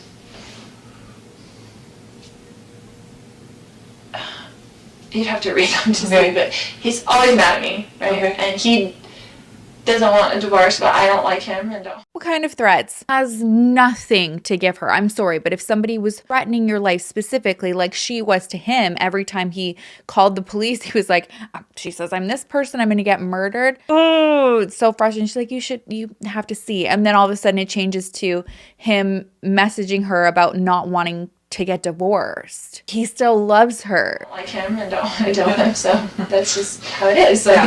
So we married for 14 years, we dealt with it for 14 years, of him being horrible to her. Like, he gets in huge fights with her, a lot of things. But anyway, so he said, I'm coming Wednesday night, all of a sudden. I want to see JJ. And I told him, I said, I will never keep JJ from you. You can come see whenever you want to, come take him to school, whatever. Like, I'm not going to do that. So when you initially moved, he had said he was going to buy you a house. So you moved here with your he was going to rent us a house. And so you moved. All my family lives here. So we lived here for a long time. Okay. And then he moved us to Houston. Okay. And we were there with my son. He was out of school. He didn't have any of his services, his DDD, his anything. He ripped him out of school and said, we're moving. Okay. And I didn't go with him at first. And he took him. And I let him take him, and I didn't file anything or whatever. And then he filed something against me and said, I'm only going to get supervised visits because I'm crazy and blah, blah, blah, the story.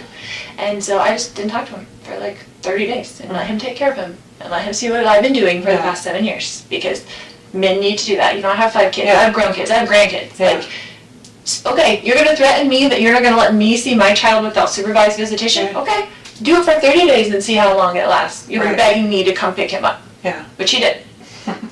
Oh my gosh, it's so frustrating how and if you're just talking to her for the first time, you're just taking this and I can't stand this female empowerment, rapport that she's trying to build here with this detective, cause this detective doesn't know the full history. She doesn't know that she's been off gallivanting with another guy and that's why she hasn't seen her kids in a month. It had nothing to do with being you'll be begging for me to come back. He was begging for you to come the whole time. He didn't want you to leave. Come back and whatever. So I moved in with them to Houston for the family, and Tylee went with me. We drove to Houston from here and left all our family and all his support, all my son's support, his cousins, everything.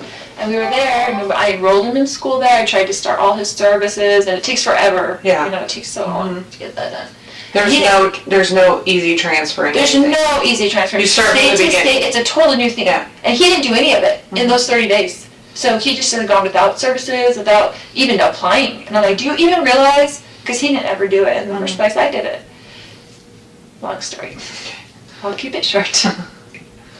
He hasn't been here in a couple weeks since we moved in. He came He was very nasty when he was there, but he travels for business. So he went back to the Houston house, and he's like, I'm coming on Wednesday night, and I'm going to come pick up JJ and take him to school Thursday, pick him up Thursday, take him Friday, whatever. And I said, Casey wanted to come to the house, and I said, you can't come stay at this house because you can't get along with Tylee. She's a minor, she has to live here. Yeah. So we read those texts. We already went through those texts. That never happened. In fact, he offered for Lori to go and stay at a hotel so that she could get a break and he would stay with the kids. She didn't take him up on that offer. He stayed at the hotel and let her know that he wanted to come the next day to pick up JJ and that he also wanted to take him to school on Friday as well. So, because he gets in huge fights with her. Okay. And she hates him.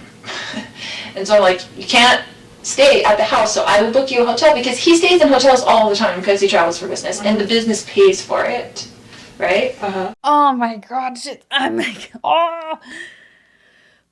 it's so painful to watch. It's so painful to watch. Just the way she's trying to get her on her side and like rope her in. She's painting him so negatively. The hotel was never an issue. What does he do? He works with teachers in their retirement plans, but he goes to them at their school. He mostly works in California. Okay. No matter where we live. And we lived in Hawaii. He'd work in California. He'd work in Texas. He has like books of business in different areas. And so he just goes wherever. Okay. It kind of just gives him freedom that he doesn't have to stay home every day and take care of special needs child. It's like an excuse, right? So I've done that myself for the last 7 years anyway. And I was a single mom before I married him. Like the nerve of this woman doesn't work. Follows Chad Daybell around, goes MIA from her family and kids, and says that, oh, it's just convenient that he doesn't have to be home while he's working his butt off to provide for his family. They're separated, still wants her to be close to her family and support and network, and is like, here, go over here where I'll be further away from you, but we'll make it work. I'll pay for it. Don't you worry. Even though he just drained the account dry. Like, this man deserved so much better. Single mom before I married him with my 2 kids. Yeah. And he had 2 kids. We got married, tried to make a family. You know how it goes. Anyway. So he said he was coming last night. I said, well, you can't stay at this house because you can't get along with Tylee. I'll get you a hotel and you can come play with JJ. But he goes to school all day. Yeah. I got him back into his school. His services, I met with the DDD yesterday, and they finally are getting his services back, but we're paying $125 a day to have him back at school because he's so out of his routine. He's been a nightmare on the floor, kicking stuff, hitting stuff, walls, like, he just ripped him out of his life. Yeah. So, anyway, just how he is. This is also very important that we will touch later. I know you're like, later. Been here for hours, Sherilyn. And we'll talk about JJ's behavior and his medication being withheld from him. So she's trying to put it on Charles for ripping him out of his routine, which very much could be also a contributor, but there is definitely more to it than that. He's coming to get JJ, and JJ's like, I don't want Dad, because he knows Dad took him away, so he was freaking out, right? So I didn't tell him he was even coming, like, Dad's going to come take you to school or anything. So he didn't bother me last night, which I was surprised. I was expecting kind of an ambush for him to kind of, like, come over or be just mean and say, it's my house, I'm on the lease, I'm going to stay here, kind of thing, because that's kind of his macho attitude. And so he came this morning. I was getting JJ ready. So he got in last night, but he wasn't at the house last night. Yeah, I didn't hear from him, except for he texted me and said, I'll be there at 7:30 to pick up JJ. Okay. And I was like, okay, that was good, because I didn't hear from him. And then he... No, I think what she expected maybe was that he would maybe try to find a reason to come and just like visit JJ, maybe even tuck him in or something. And that's when her and Alex had planned for this fight to break out or something, and why he was there already. He came over in the morning and he's like banging on the door. I'm like, oh great, here we go, And I was just going to be nice. I was just going to be nice as possible. And I had JJ stuff all ready for school. And so, do you remember about what time he got there? He said he'd be there at 7:30, but it was more like 7:40ish or 7:35. I don't know. Okay. But I remember looking at the clock, and he wasn't there at 7:30, and he's usually Mr. Punctual. Yes. So I was like, okay. Like anything to throw this man under the bus. Oh my gosh. I feel like this interview needs to be shown in training to be like, if a woman is trying to connect with you this much and has the whole like, you know how it goes, you know how it goes. He was supposed to be there at 7:30, but it could have been like 7:35 because he's always missed her. This is just like a prime example of somebody trying to manipulate or manipulating. She's manipulating this situation. I hate to even say it because it gives her too much credit, but in this situation, she was smarter than the person questioning her because she spun the narrative that she wanted. JJ was like, oh, Dad. And then he was like, Mommy! And like ran to me and was like holding me. He's like, you're not taking me to school. And I was like, it's okay, Daddy can just drive you to school. It's not a big deal. You know, just trying to make it whatever. Calm. Yeah, calm.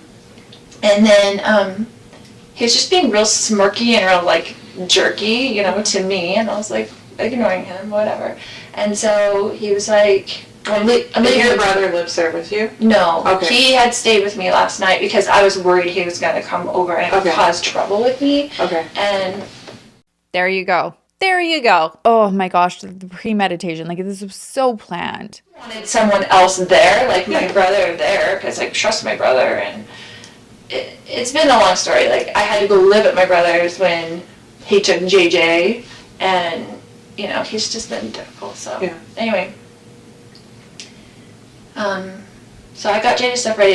And he was like, well, and he's like this about timing. He's like, I'm leaving in 20 minutes because it's like 15 minutes to the school and like you can't get there early. They don't open the gates until 8:20 or something like that. And I said, well, why don't you just go now? I don't want him in the house. I'm like, why don't you just go now and take him to Burger King because that's what he likes for breakfast. And he's very particular about food. Like, he wanted chicken fries for breakfast and the Sprite. Like, and I just give him what he wants because if you don't give him what he wants, then it's like on the floor screaming, dragging him into school. Like, and he's big and he's heavy and it's hard for me to handle. But anyway, so I said, just go. And so he said, okay. So I gave him a backpack. He got in the car. This is his MO, right? He always leaves something in the house and comes back. He never leaves the first time. I always expect my husband to come back into the house, right? So I guess he had left his phone on the counter.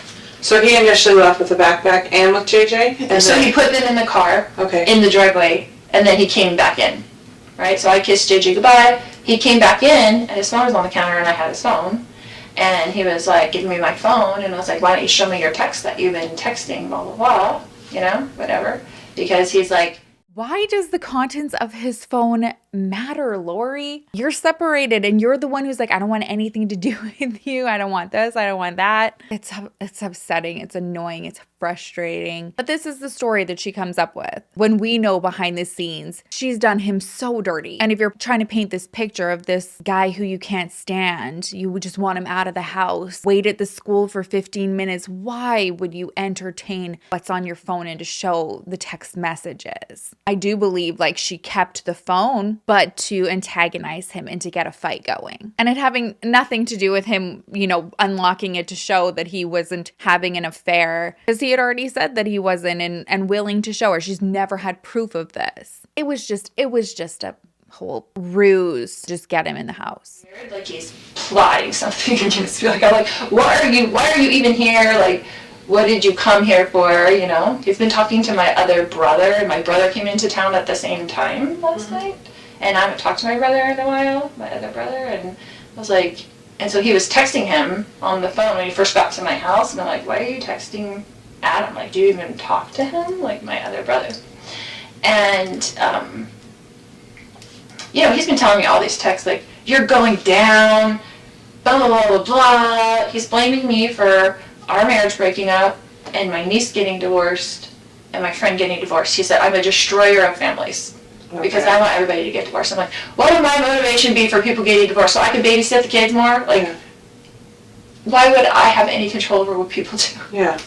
So it's just very odd. But anyway, he goes nuts. He's gone nuts on us a lot of times. Tyler and I have had to leave with JJ over the years probably 5 times and just stay in a hotel for 2 days because he goes nuts. Like, you don't know what's going to set him off. Like, whatever. And she's mad at me for always, like, going back. But we had JJ and he's special needs, and it's really hard. Like, it's even hard to take care of by yourself. So when you say he goes nuts, that can mean a lot of different things. Right. So goes nuts like yelling and screaming. Yeah, goes yelling nuts and screaming. Like breaking like, things. Yes. Goes nuts like physical violence. he's never really, besides like grabbing us and pushing us, but not like punching us or something. But with Tylee, he has gotten physical. Okay. Before, and with my grown son. Like physical how? Like got into a physical fist fight with my son when he was 16. Okay. And he came after Tylee 2 times in Hawaii. Okay. And like went like he was going to hit her, but then I got in between them. Uh-huh. Right. How old was she when that happened? Probably 13 and 14. Okay. So this morning he comes back in and... He comes back in, I wouldn't give him his phone. He was screaming at me to give him his phone. He was very worried about whatever was on his text that he did not want me to see. And so I was just holding it there and he was screaming at me. And I was kind of walking towards around the house with it so he couldn't get it. He's like reaching for it and stuff like that. See how she's like, I was kind of walking towards, and she's like, stops herself from saying I was walking towards Alex's room to get him involved. All of their slip ups, you can see like what the plan was. And so Tylee came out of her room upset, and she had a bat, and she told him to leave her mother alone, like, right? So she was really whatever, and he's screaming at her, don't you hit me with that bat, blah, blah, blah, blah. And then my brother heard all the commotion because he was in there in bed, and so he came out into the main room, and I guess whatever. What's your brother's name? Alex. Alex, okay. So already these stories are very different.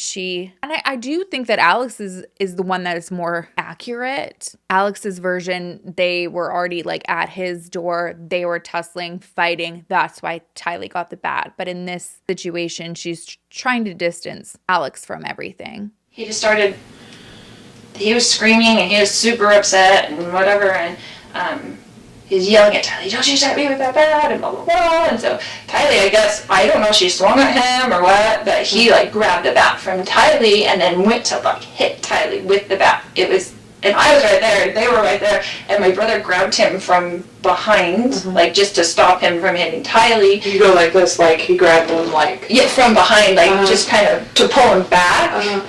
And then they got into the thing, and he's hitting him with the bat, and they're on the ground, like grappling around or whatever. And then, I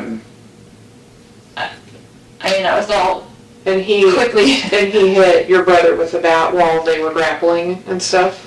Yeah, yes, he was hitting him with the bat, like swinging the bat, you know, back and forth, and they were kind of like on the ground, and I was like freaking out trying to go around, knowing JJ was in the car, right? And so then he got up and he had the bat like this towards me, and I was going around the other side to try to just get out of his range where he couldn't hit me. And then I had told Tylee, because she was on the ground, because after he took the bat from her, she fell back. And so I told her, I was like, go get in the car with JJ. Like, I don't want JJ coming in to the house, or, and I wanted her out of the way. I wanted the kids out of the way. I wanted the kids out of the way for what was going to happen. Whatever this fight was going to be. And then... do you remember what your husband or your brother were saying or yelling during all of this? If they were at all? Just kind of get off me, out, or whatever, you know, whatever. They were like don't talk to my niece about whatever, whatever. Like, it was, I don't remember specifics, but they were kind of both, they were kind of in the heat of it. I don't think there was many words that I remember. So Tylee goes outside. Yeah, she was outside. And then what happened? Then they got up from that, and my brother had like stepped back, I guess, and then Charles was coming with me at the back, yelling at me to give him his phone still, because I had it in my hand. It was all really quickly. And then when I went around kind of... See, I think this is so sad because Alex does not talk about this at all. And I think this is where they needed the kids out and Charles really didn't stand a chance. You can see, I do believe that he was probably trying to leave. And now she's saying, oh, and he wanted his phone back again. And I'm making him follow me around into the kitchen and down the hallway. And if you remember Alex's version of events, at this point he's saying Tylee and Lori have both left. He's trying to protect Lori and have her out of the narrative, but it's Lori herself who's like, After this, we kept fighting about this phone. If you were in this terrifying altercation where you've never seen somebody like this be this violent, he's attacking your child, he's attacking you, he's attacking your brother, you'd think the damn phone would have been lost in the scuffle and that you would have thrown it and ran for safety. Or if he does finally compose himself and say, give me my phone so I can leave, you give it to him. You're obviously not that intimidated by a man who has a bat if you're making him follow you and not giving him what he's requesting. See, and this is, I'm sorry, you guys, I keep interrupting so much. I really wish that this investigator would have allowed those like lulls, because this is where people start talking more. A lot of the best interrogations are like 4 hours long, and so much of it is just silence, looking at that person in their eyes, waiting for them to say that key piece of detail that you need. And not to be judgmental, this is not my profession. I don't know, the ins and outs, but both of these interviews, they seemed to be very leading to me. It was like, okay, oh, so you did this because of this. And it's almost like they had an escape out of trouble. And right here, she was really, you could just see like her face like panicking, not knowing how is she going to make this make sense, because she's saying she's terrified of him, and then now she still won't give him his phone back, and they're going around the house. And I wish that investigator wouldn't have interjected to see how long she was going to sit there and try to make it make sense. You said when you were going around and he was coming at you with the bat, how was he holding the bat? Just like that, like backwards. So according to Lori, he's like holding this ready to strike. And according to Alex, he had it down by his side. Like he was swinging it backwards? He would have done like he would have swung it backwards at me, not frontwards. Okay, yeah. He was a professional baseball player. Okay. So it wasn't a good idea for Tyler to get out of that. Probably not the... I mean, he played semi-pro yeah. when he was young. Yeah. But, yeah, and then I was kind of turned around, and we were all right there in that room, except for the kids had been outside by that time, and I heard the gunshot. Mm-hmm. And so you heard the shot? Mm-hmm. Did you actually see the shot, or did you just hear it? She's spinning. She's spiraling here because she saw the shot. She led him to it. And she knows none of this is making sense. But she's able to make it make sense and talk her way out of it. We know. I had gone around to the kitchen to get away from him, and so back around. So I don't know if he went in the house. I didn't. So I'm like a little bit of a disadvantage. Yeah. So I didn't see the shot. I heard it, and then I came back around and I saw that he was on the ground. Okay. And was freaking out. Yeah. And so I was just freaking out, and it just went into mama. I'm like, look at her. It's like she's showing her emotions of how she was feeling in that moment. She's like, I'm just freaking out. She's like happy. She's like laughing about it because she was probably feeling like that. She's like, oh, Nick Schneider's gone. And so this is just another thing to add to the list of inconsistencies in the two statements, because Alex was very adamant that Lori was not there when he shot Charles. I've got to go to get JJ to school. I've got to get to the kids. I got to get to the kids. And so I just went outside and to see if they were in there okay. I didn't want them coming back in the house when all that was going on. And got JJ in the car, and he was trying to come in, and Tylee was like looking at me with like the crazy eyes, like what just happened. And I told her to get in the car and we're going to take JJ to school. And I just left. When you came back in and you saw him on the ground, where was your brother? Did you see him where he was at? Yeah, he was right in front of him. Okay. Like it all happened very quickly. I feel like I was there because I was right there, and a second later. I just went around the kitchen to get away from him. Did your brother say anything to you at all? Do you remember? No, we were both just in shock. Okay. And then so adding their stories also does not make sense, because Alex is saying that it was an altercation between him and Charles. They were having like a standoff essentially with Charles has got the bat, he's coming for him. Alex is telling him, drop the bat. Charles says, what are you going to do? And comes at him. But in Lori's version, it's like after that, whole scuffle with everybody and Tylee leaves, she's got the phone. He's following her. But then at some point they branch off and then she goes around and then comes and instantly he's shot. She says this took seconds. So there was no way that each of these versions happened. The only thing that is consistent between the two is that initial fight with everybody. And that is even like in Tylee's statement. I believe that happened. I believe that was the whole point, was to get him worked up, because this is something they've done in the past with Joseph Ryan. It was just I didn't say anything. I went out with the kids just to check on them first, and I was going to come back in maybe, but I didn't. I was like, I just have to get him to school and call the police and come back, whatever. Did anybody say did you or your brother say anything at some point about calling the police or calling 911? Do you remember? Yeah, he called me. Okay. And he said, are you taking JJ to school? And I said, yeah, we need to call the police. And he said, okay. Okay. So this is huge because, Alex says, he cleans himself off. He goes and puts his gun away. Then he comes out and he calls 911. That did not happen. And then you can tell, she's like, well, I wonder what he's saying to them. He called Lori multiple times. And like I said, 911 was not called until 37 minutes after he was shot. So he called you when you didn't come back inside, basically? Right. Okay. Because I was in the car for a minute, and then I was like, what do I do? And I didn't want JJ to go inside, and I didn't know what to do. And Tylee was freaking out. I was trying to get them away from the scene. Understandable. And you may not know this, so, because I know you heard the shot, do you know at what point your brother had the gun? Do you know if he had it when they got in their first fight, or did he have to go get it, or do you know that at all? I don't know. Okay. I don't know.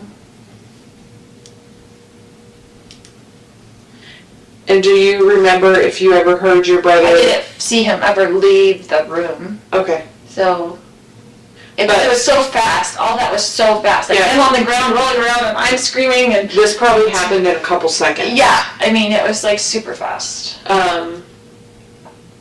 And I don't know if you know this or not, does your brother normally carry a gun? Like, I carry a gun everywhere I go. Right. I know he's a gun person. He has guns and things. Okay. He's good at guns.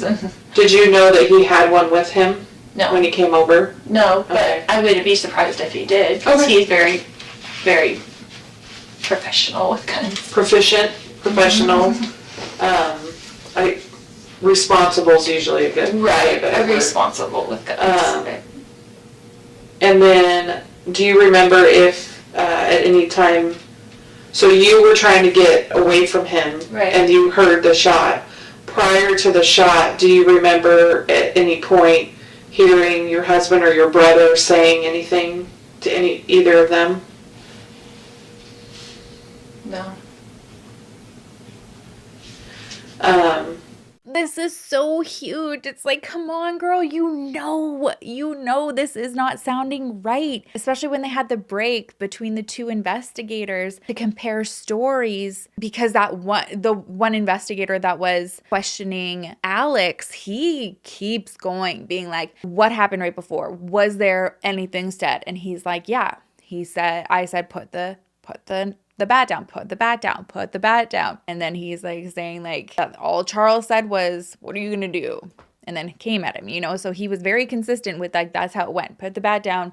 What are you going to do? Shot him. And Lori's she can't say anything because that conversation never happened. And she knows that. And she doesn't want to make an inconsistent statement where they can be like, oh, well, Alex said this is how that conversation went. Regardless, this still doesn't add up, because she's saying he was following her and chasing her. So Alex would have had to intercept that, got in front of him, and then shot him for that story to make sense. Otherwise, you'd assume he'd get the side of him or the back of him or something if he was chasing Lori. My second very ridiculous question is there anything else that I didn't ask about, or anything that we didn't cover that you think is important?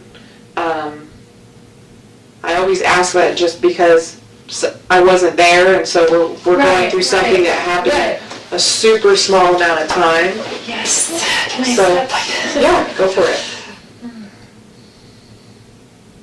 Just thinking. Mm-hmm.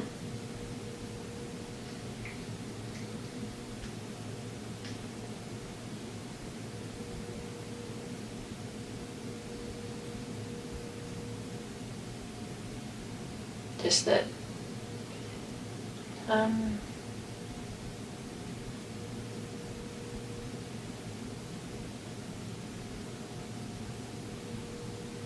He was just so angry, like super scary.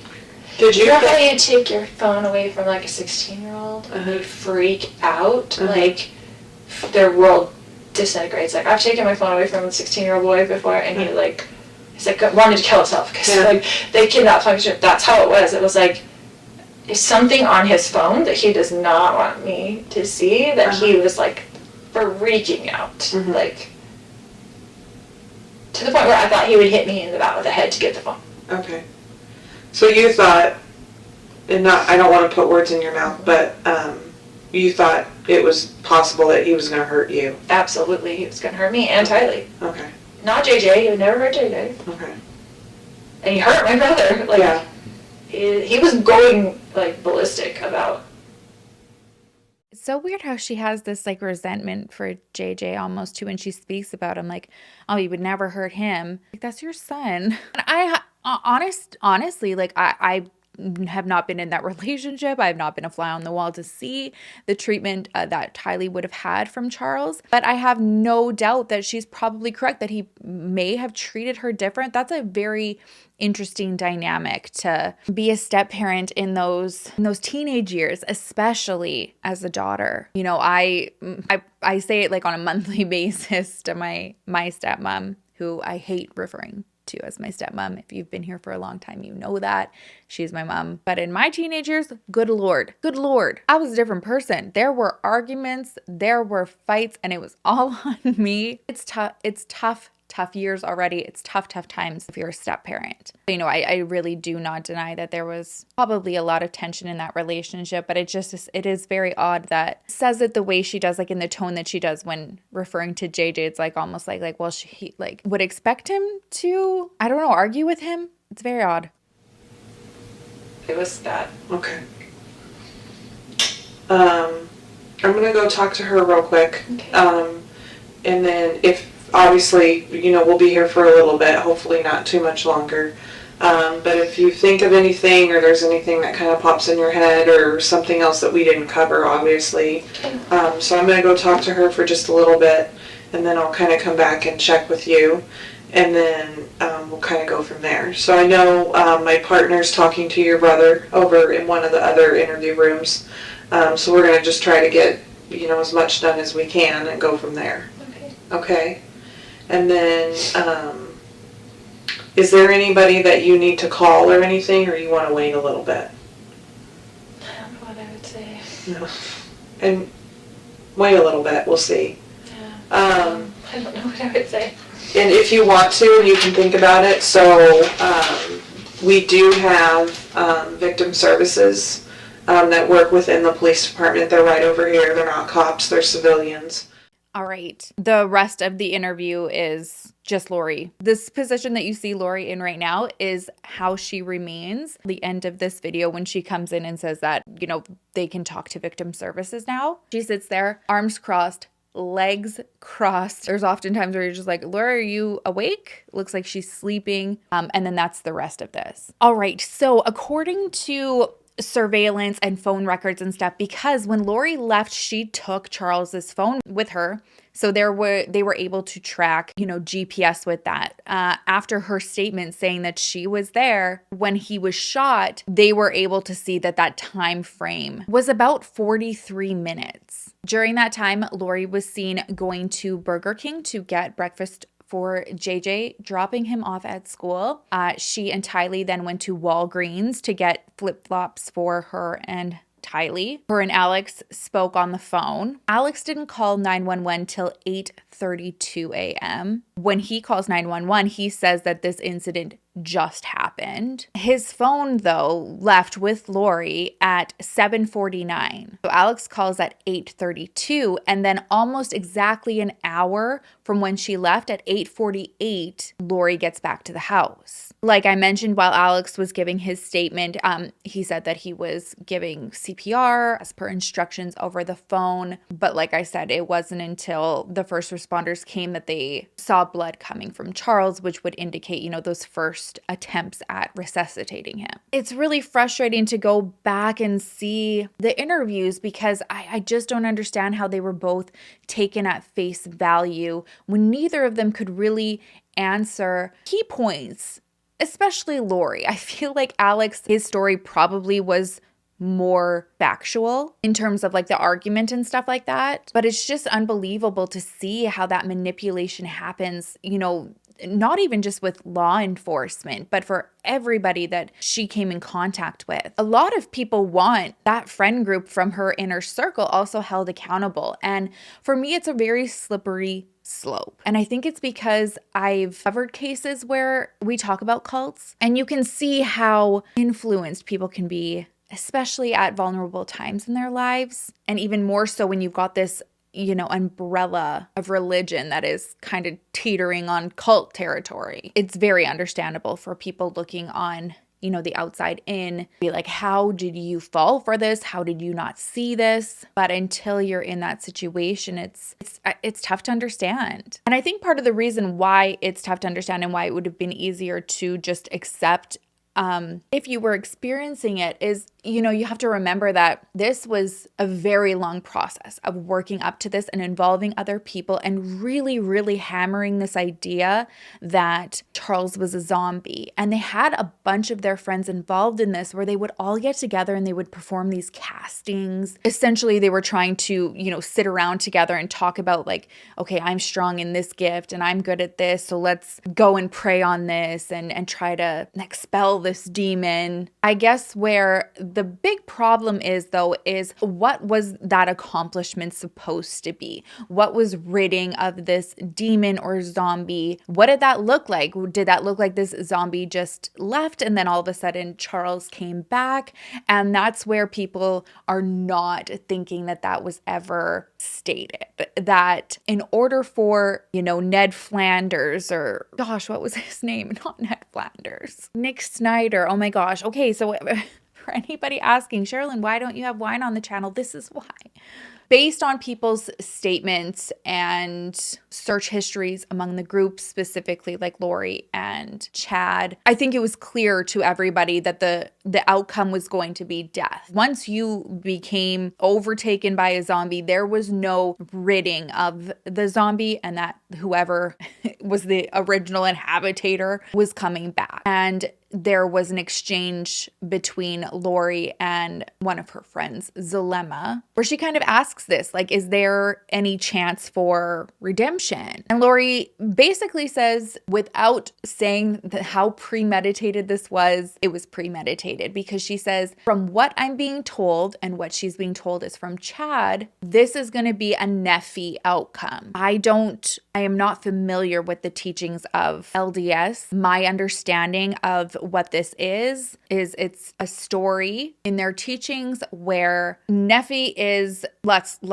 get the synopsis here. Nephi led his people to physical safety, organized them into a new society, and stood at the head of a unique era in scriptural history. And Lori is being told by Chad that she's like Nephi. There's also a point in this story where Nephi kills Laban, and essentially this killing was justified because they're saying that that's who Charles was and that Nephi was Lori and Alex. And they came across this situation where they needed to defend themselves. And so they did, and the world is better for it. So I think when people are being led to this story prior to all of this happening, for us, it's easy to be like, okay, well, that was planned. But for their followers, they're like, oh my gosh, it played out exactly like you said it was going to. So they believe it even more. Really, we do know that.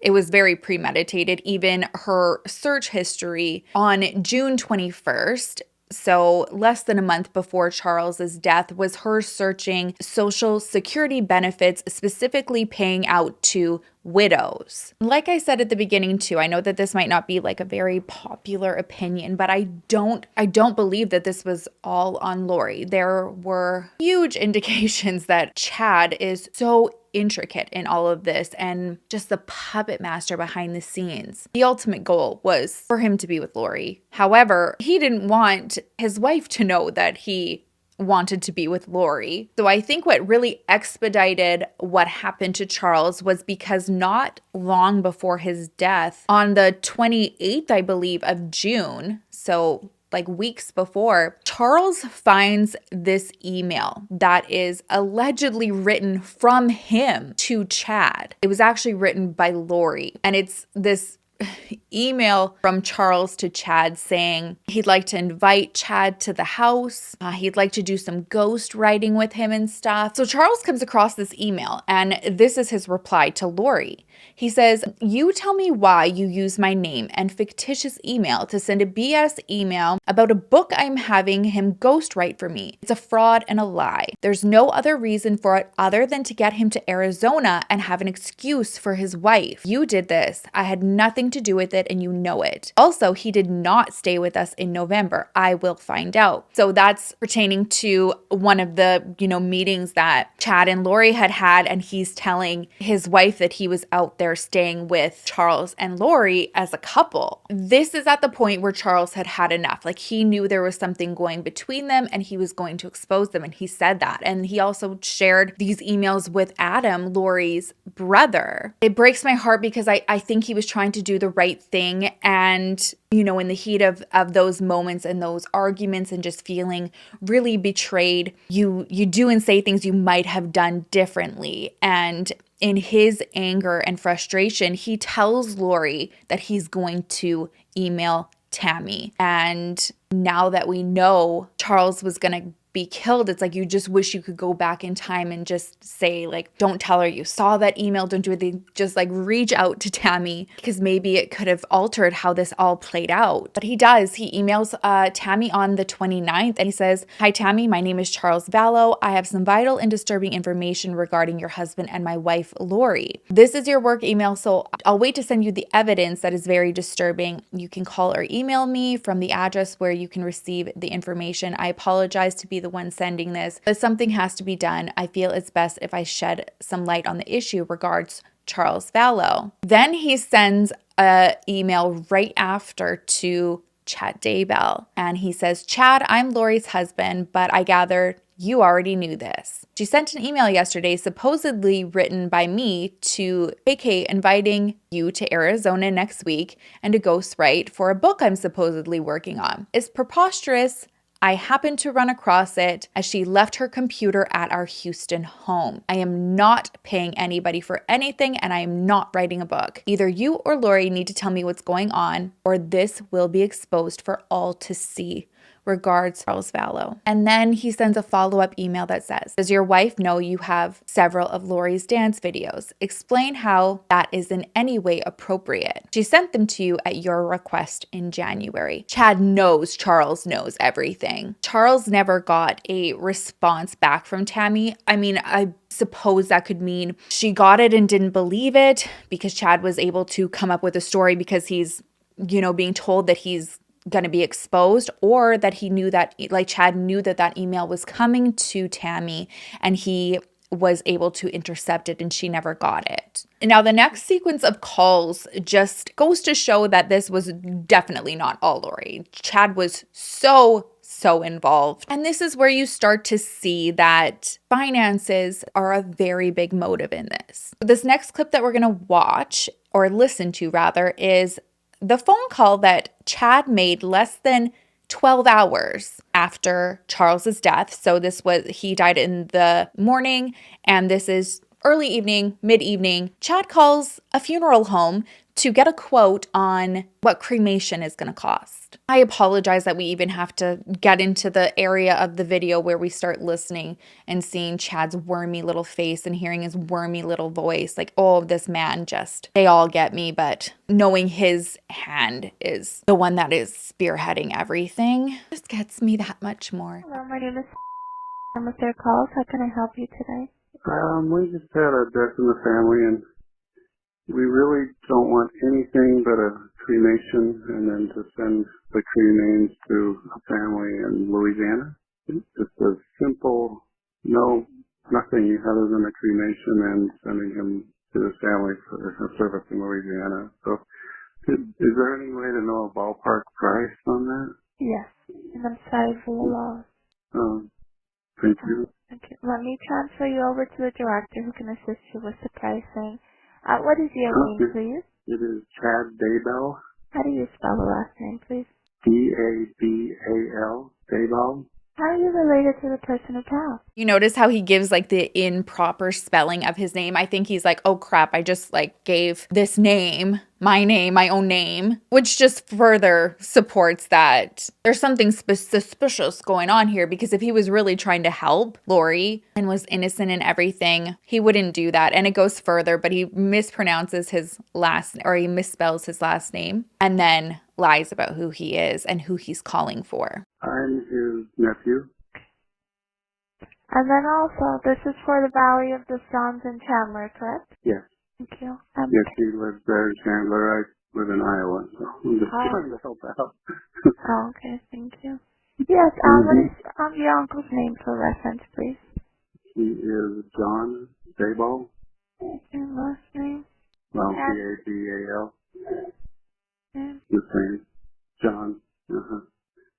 I love how he's just like, John, yeah, John. It's John. It's John. Do you have a middle name? Myron. Myron? Yeah. And Chad, what is your phone number in case we get disconnected? Yes.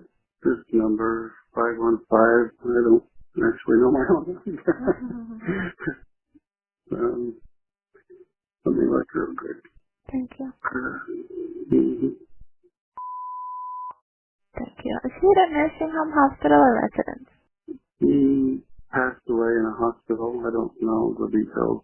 I'm just telling you. Yeah, it's just for, to know, because sometimes it's different if it's a residential or hospital or a nursing home. I'm thinking they're sending him to the medical examiner. I'm not sure. I should have had more information before I called. I'm sorry. That's okay. Alright. Cremation with shipping. To which city? New Orleans. Louisiana. Mm-hmm. Okay, one moment please, Chad, stay on the line. Let me transfer you over to the director who can assist you with that. Alright, thank you. Thank you. Hello, Chad? Yeah. Thank you for holding. I do have the director, Clarissa, to further assist you. Okay, Thank you. Hi, my name is Funeral Director with Vallow Cemetery. I understand that your uncle passed away. Yes, and I'm just starting the process for the family. He didn't have many relatives. I'm his nephew. I live in Iowa. But what they want to do, it's sad to see him go. Yeah, I think he's going to the medical examiner. I don't know all the details, but what the family basically wants is just to have him cremated there in Chandler and then have his cremains shipped to New Orleans, and we'll deal with the service later. So just trying to get a ballpark price. Okay, so for a cremation, we are able to do our cremation for $1,695. Now, what that's going to include is the transportation into our care, the transportation to and from our crematory. All right, so she basically just gives the ballpark figure, like in terms of shipping and all of that. It's going to work out to be about $3,000. So they know how much they're going to lose. The next call is Lori, who makes a call to the life insurance to find out what she's going to get for beneficiary. But what she doesn't know is that a couple months prior, Charles had changed his beneficiary on his policy from Lori to his sister Kay, who is actually JJ's biological grandmother. Claims Department, this is Robin. May I have the policy number? Sure. It is... Are you calling in reference to a death claim? Yes. Okay, one moment, please. Yes. May I have the name of the insured? L. Charles Vallow. And who am I speaking with? This is Lori Vallow. And your relationship to the insured? He's my husband. Okay, one moment. Okay, ma'am, I'm just going to need to ask you a few questions so that I can open the claim, and then I can go over the claim procedure with you and answer any questions that you may have afterwards. That would be great. Okay, first of all, may I have your daytime phone number, please? Sure, it's... And what was the date of Mr. Vallow's passing? July 11th. And what was the cause of his passing?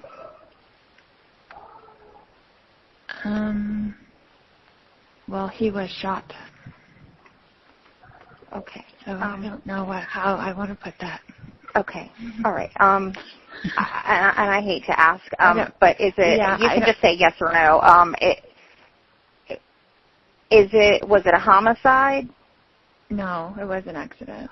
An accident. Okay. Mm-hmm. Okay. And what state did he pass away in? Arizona. Okay. Just bear with me for one moment. I just need to pull up a few other things. Okay. Are you aware of who the primary beneficiary of the policy is? It's me. Okay. And may I have your I'm sorry, but it's just like a little bit satisfying to hear her call and be like, "It's me. It ain't you, sweetheart."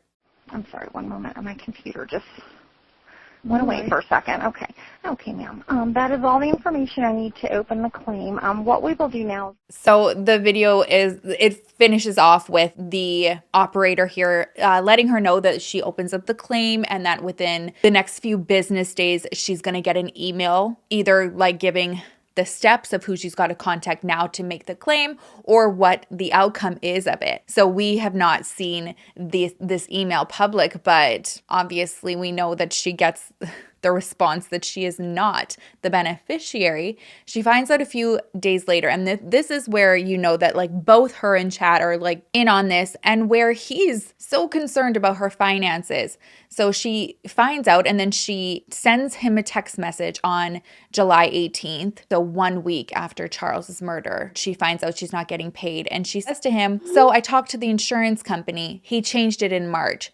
So it's probably Ned before we got rid of him. They can't tell me who, of course, but it's done. I'll still get the $4,000 a month from Social Security for being a widow." A lot we see money being the motive for many murders. A large amount of those cases are involving spouses or spouses who are separating. You never want to believe that money would be the motive of you participating in the murder of your own children. But according to court documents, that's exactly what it looked like was the reason for JJ and Tylee dying. On October 16th, 2019, records show that Lori changes Tylee's Social Security deposits to be deposited in her account, Lori's account, from Tylee's. Tylee was collecting survivor benefits from the death of her father, Joseph Ryan. She had been collecting them since 2018. And then after Charles died, JJ started collecting social insurance or Social Security checks,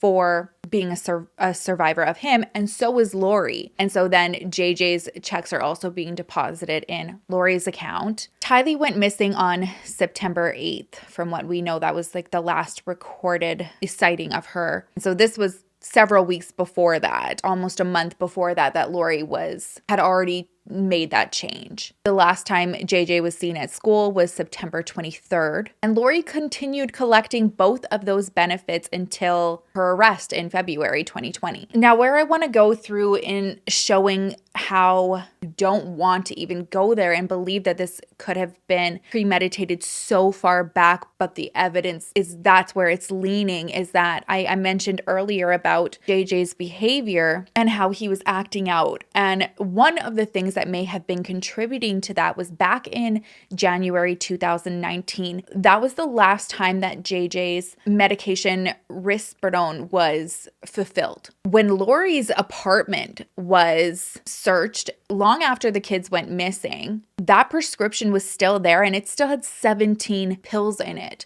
So it leads you to believe that he was being withheld from his medication in order to act up, in order to, justify this narrative that he was taken over by a zombie. And if you if it doesn't get more infuriating and just keeps stacking up to this all being planned in accordance. The last time we talked about this case in the last video, I touched on how Lori gave JJ's support dog Bailey back to the breeders, and that was sickening. But what she did before that I didn't know was even worse. She initially had put up an ad to rehome Bailey, and in it said that it's because Bailey's owner died. This was August 9th. The ad said, Bailey has such a sweet spirit. He has brought so much love to his home, but his owner recently died and he needs a new home. He is fully trained with certification as a service dog, up to date on vaccinations, has been trained with children in the home, non-smoking home. Bailey is sweet and friendly around other dogs, looking for new owners who will appreciate and love him the way he has been loved. Spent $7,000 on service training. He is a full breed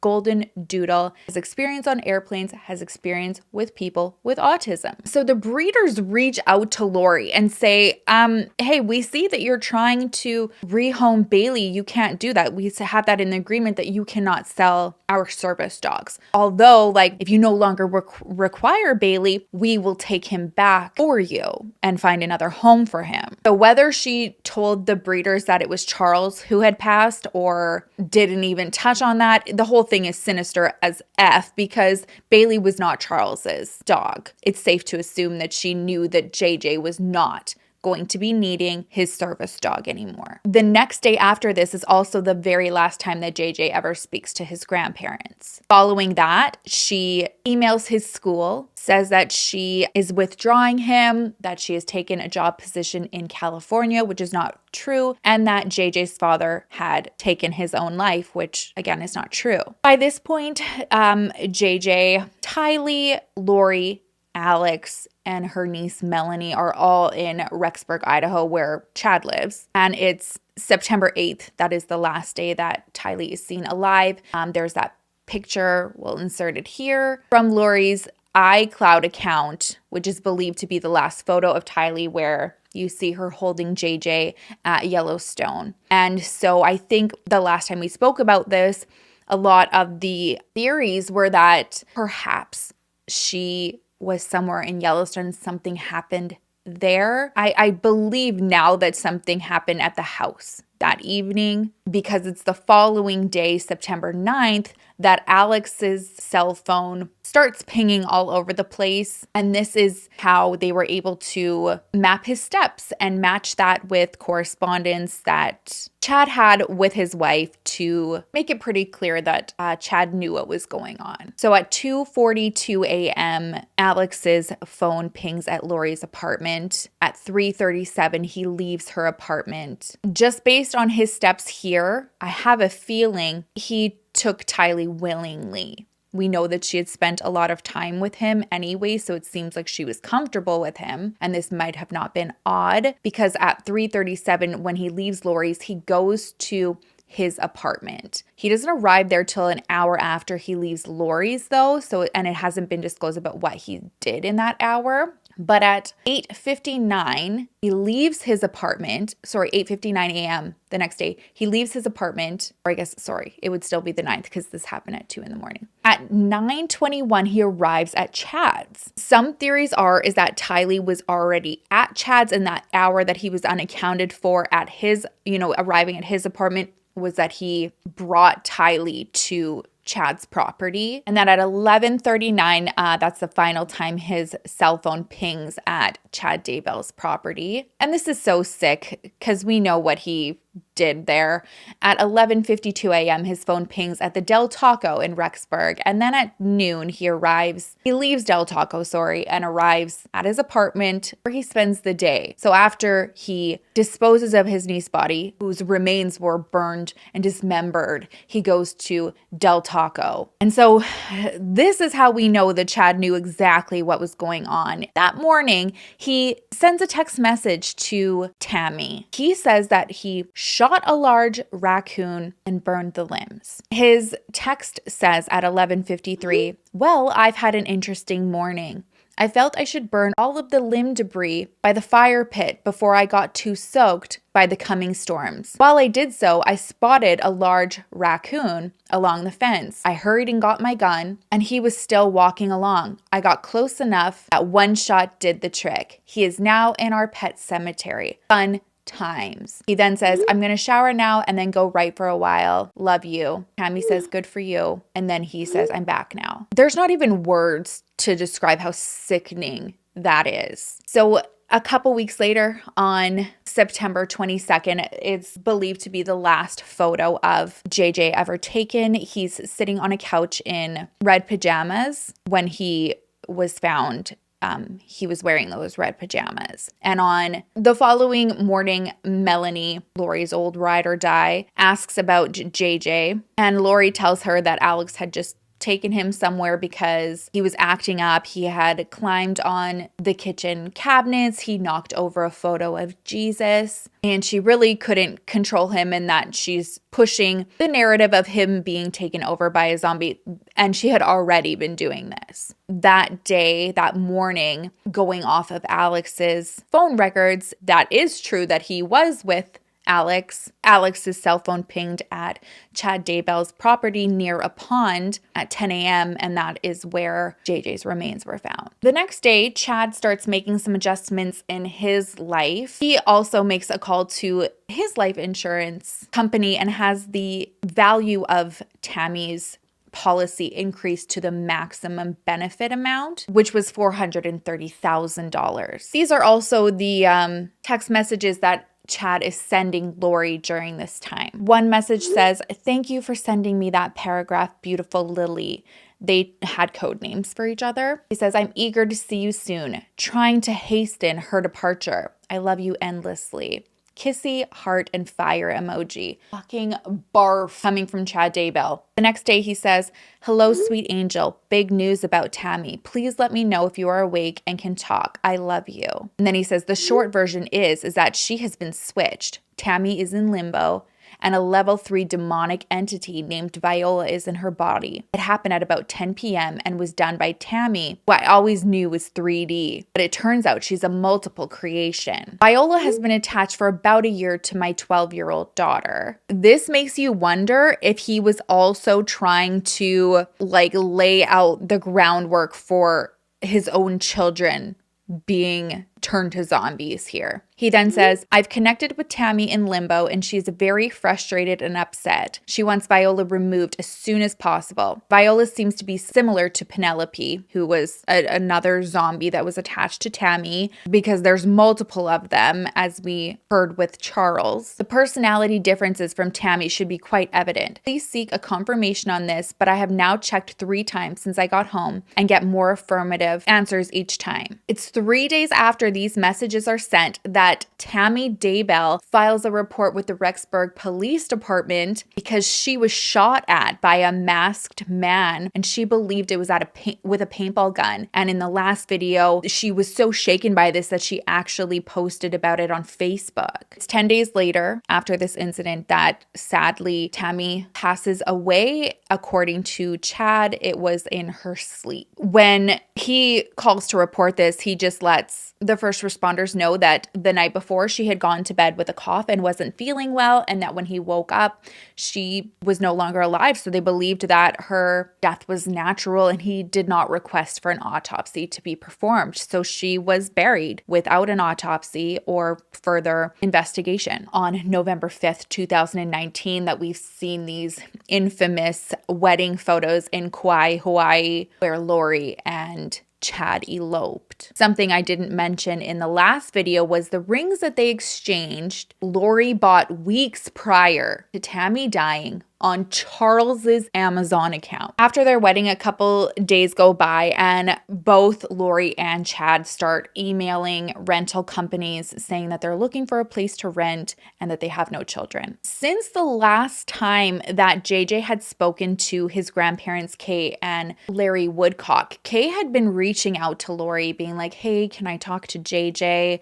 Is he available today? There was always an excuse, or she just simply would not get a reply back. So by November, she is really anxious, wants to talk to her grandson. And for whatever reason, she decides to log on to Charles's Amazon account and she finds Lori's searches for wedding rings and wedding clothes. And at this point, like the hair is like stands up. She calls authorities and requests a wellness check. Unfortunately, that wasn't done right that day. It wasn't done until the 26th of November. But when it was done, that's when the lid blew off this whole thing. And then everybody in the world started to understand what had been leading up to this. When they do the wellness check, there's so much sketchy correspondence here because they speak to Chad, they speak to Alex. Chad is acting like he barely knows Lori. He tells the investigators he doesn't even know her phone number. Meanwhile, they just got back from Hawaii from their wedding. Alex tells detectives that JJ is with his grandparents, Kay and Larry,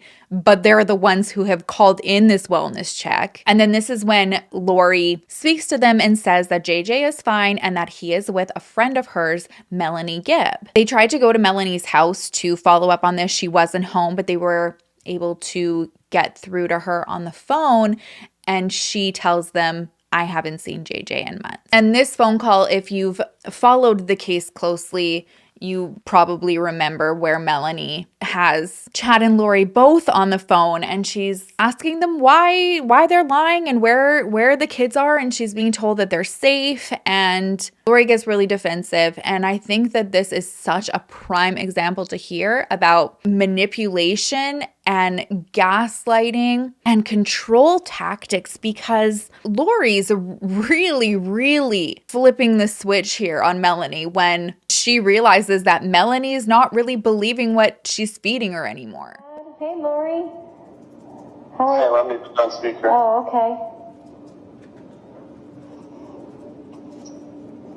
All right. We're enough with the phone. How are you guys? We're okay. How are you doing, babe? I'm doing pretty good, thanks. I was wondering, where are you guys? We're just hanging out. Hanging out? Are you in Idaho? We're near Idaho. Oh, okay. I just wanted to ask you a question, if you don't mind, Lori. Yeah, of course, honey. I want to know, you remember we talked about JJ going to Kay's house, and you told me they went there, and now he's not there? I was wondering what happened.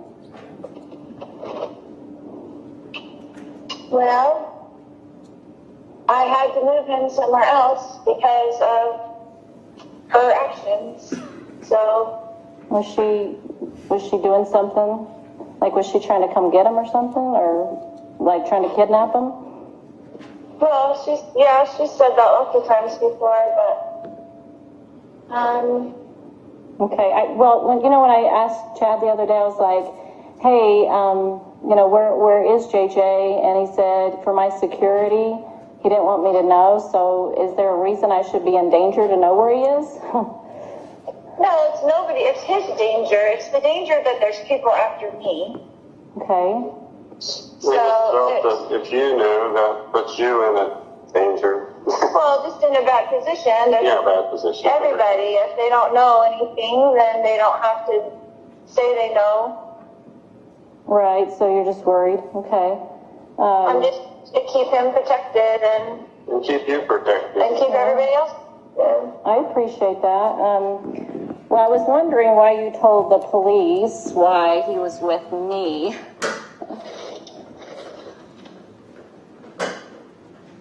I just needed to have somebody so I wouldn't have to tell them where he really was, because they were going to tell Kay where he is. Oh, yeah. So do you think it's like your family, or like your family, your dad, or those people? Family. Well, not my whole family, but as you know, most of my family is working against me and with her, basically. Yeah.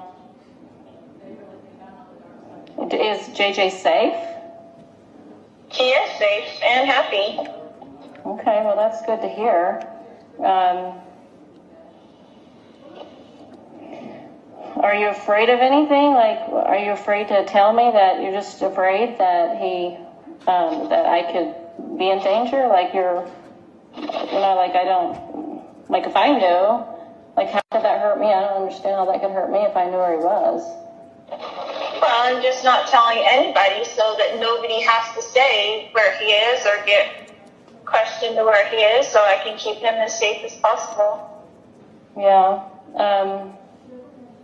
Okay, I hope that he's okay. I hope you guys are okay.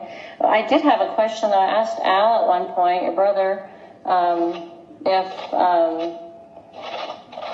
I wanted to know, where he was, and he said I did not want to know, and that he could not be found. So what does that mean?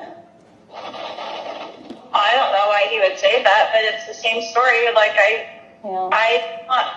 don't even want Al to know. I don't want anybody to know, so that nobody has to be worried about it. Nobody has to be questioned about it, so he can be safe. Yeah, so how long are you going to be away for? Are you ever going to be able to come out and come back to society again? Or are you going to keep, come back? What does that look like?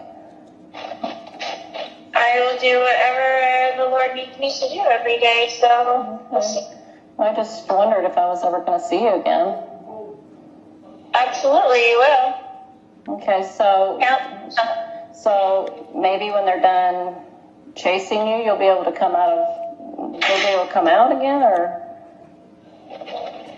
Yeah, it's a ridiculous thing for them to be working with Kay to find me. There's nothing that's gone on that's, you know what I'm saying? They're working with her in some dark capacity. The police are working with her in some dark capacity. There's no reason for them to be after me in the first place. Yeah, has she threatened you at all? Yes, lots of times. Oh boy, what did she say?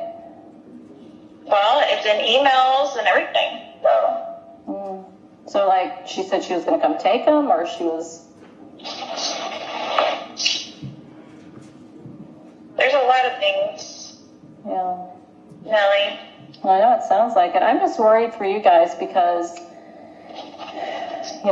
he's missing, and, I know exactly where he is. He's perfectly fine and happy. Okay, well, I hope so. I had a scripture I wanted to share with you, if you don't mind. I'd love it. I was thinking about some of the things you guys have gone through, and I saw this scripture today, and I want you to Let me ask you a question. About scripture. Okay? So, did Alma turn himself into King Noah? Or what was he required to do? Well, King Noah was incredibly wicked. Yes. And so he fled his evil ways, which was adultery and living riotously and breaking all the commandments.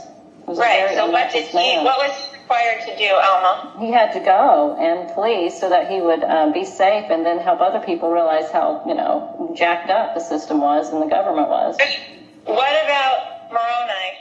It's wild how, I mean, they use, this is the prime example of using religion as a veil of your cult and beliefs, like to justify what you're doing. So she's using these stories within their scripture to be like, this is an example of that. This is this. What was he required to do at the end?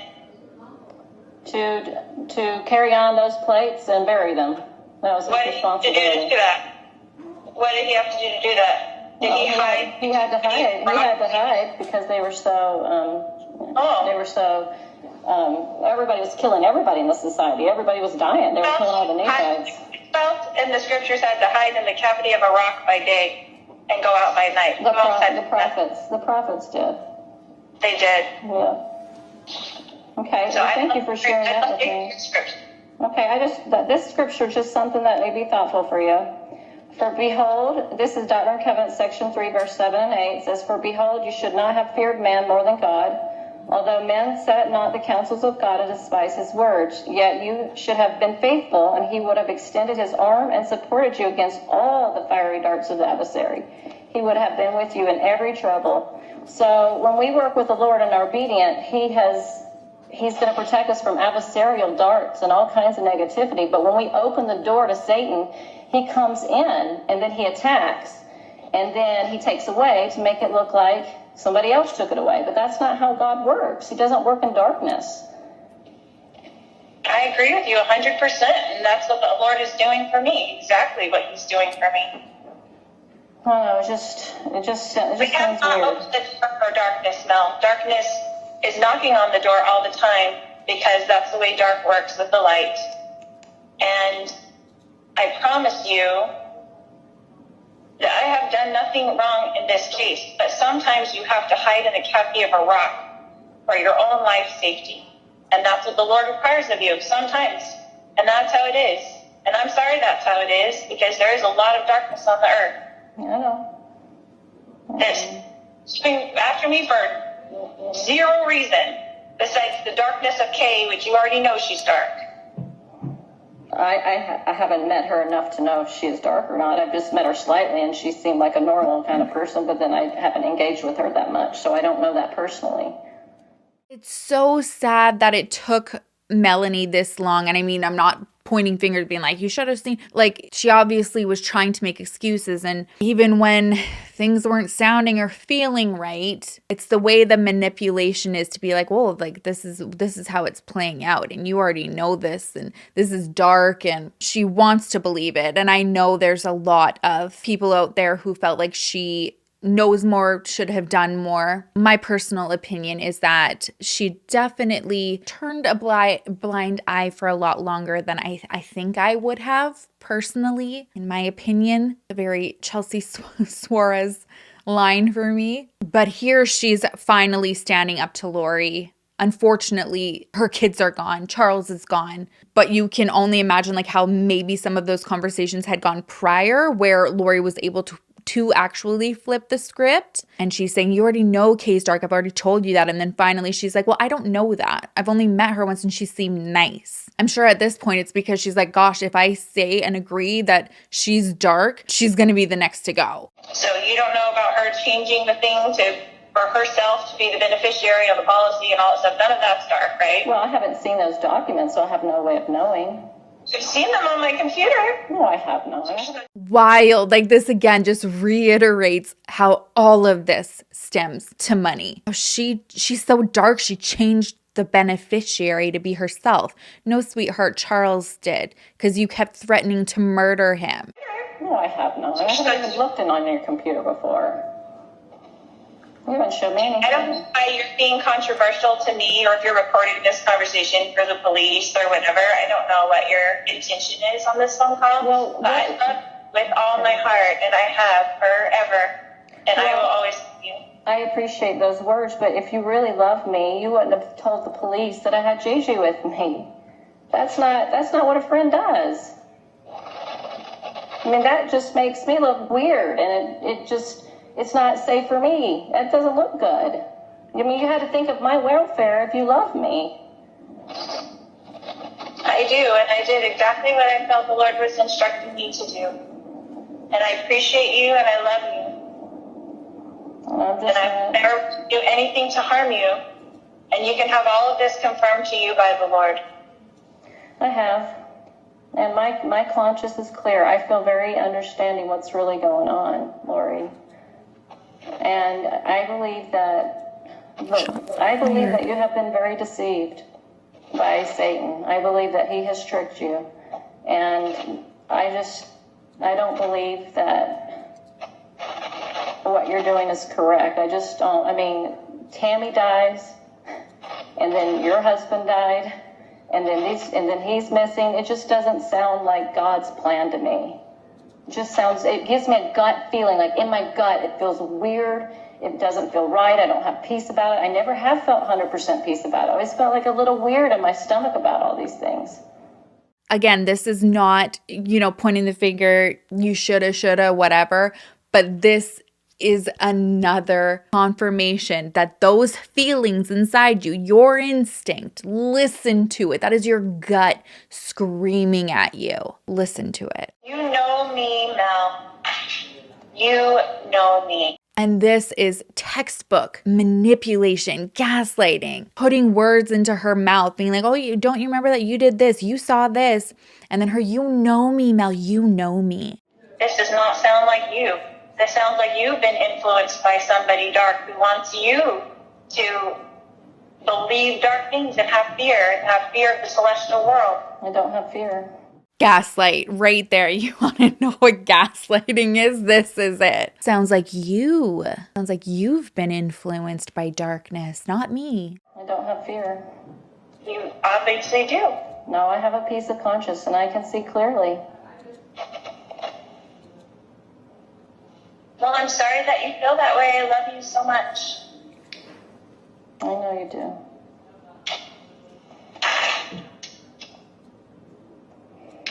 I don't know what else to say. Stand Christ when he comes again, and he's coming soon, and we will all stand there, and you will know at that point that he has supported me and has supported you the whole time, and I have not been deceived.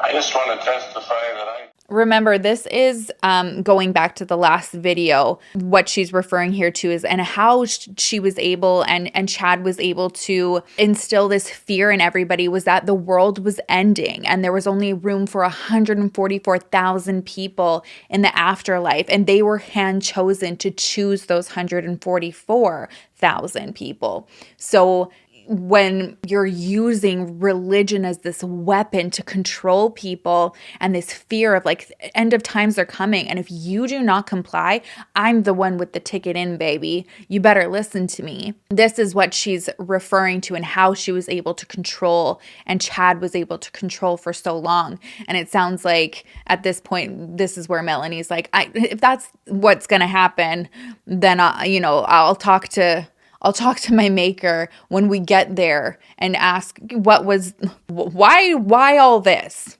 What was the positive in all of this? testify that I know Tammy and the conspiracy theories. My sister-in-law's right behind it all, and I hope that you're not being influenced by that dark team. I don't know who. It's just, doesn't it make you want to throw up? Doesn't it make you want to throw up? Kay looking for her grandchild means darkness. Tammy's sister wanting justice and to investigate Tammy's death, darkness. I don't know who she is. I'm sorry, you said your sister-in-law? I don't even know her. Oh, I know, but she's coming up with the same type of theories. And it's just not true. My own children were there. They testified that Tammy had been getting weaker and sick, and I begged her to go to the doctor.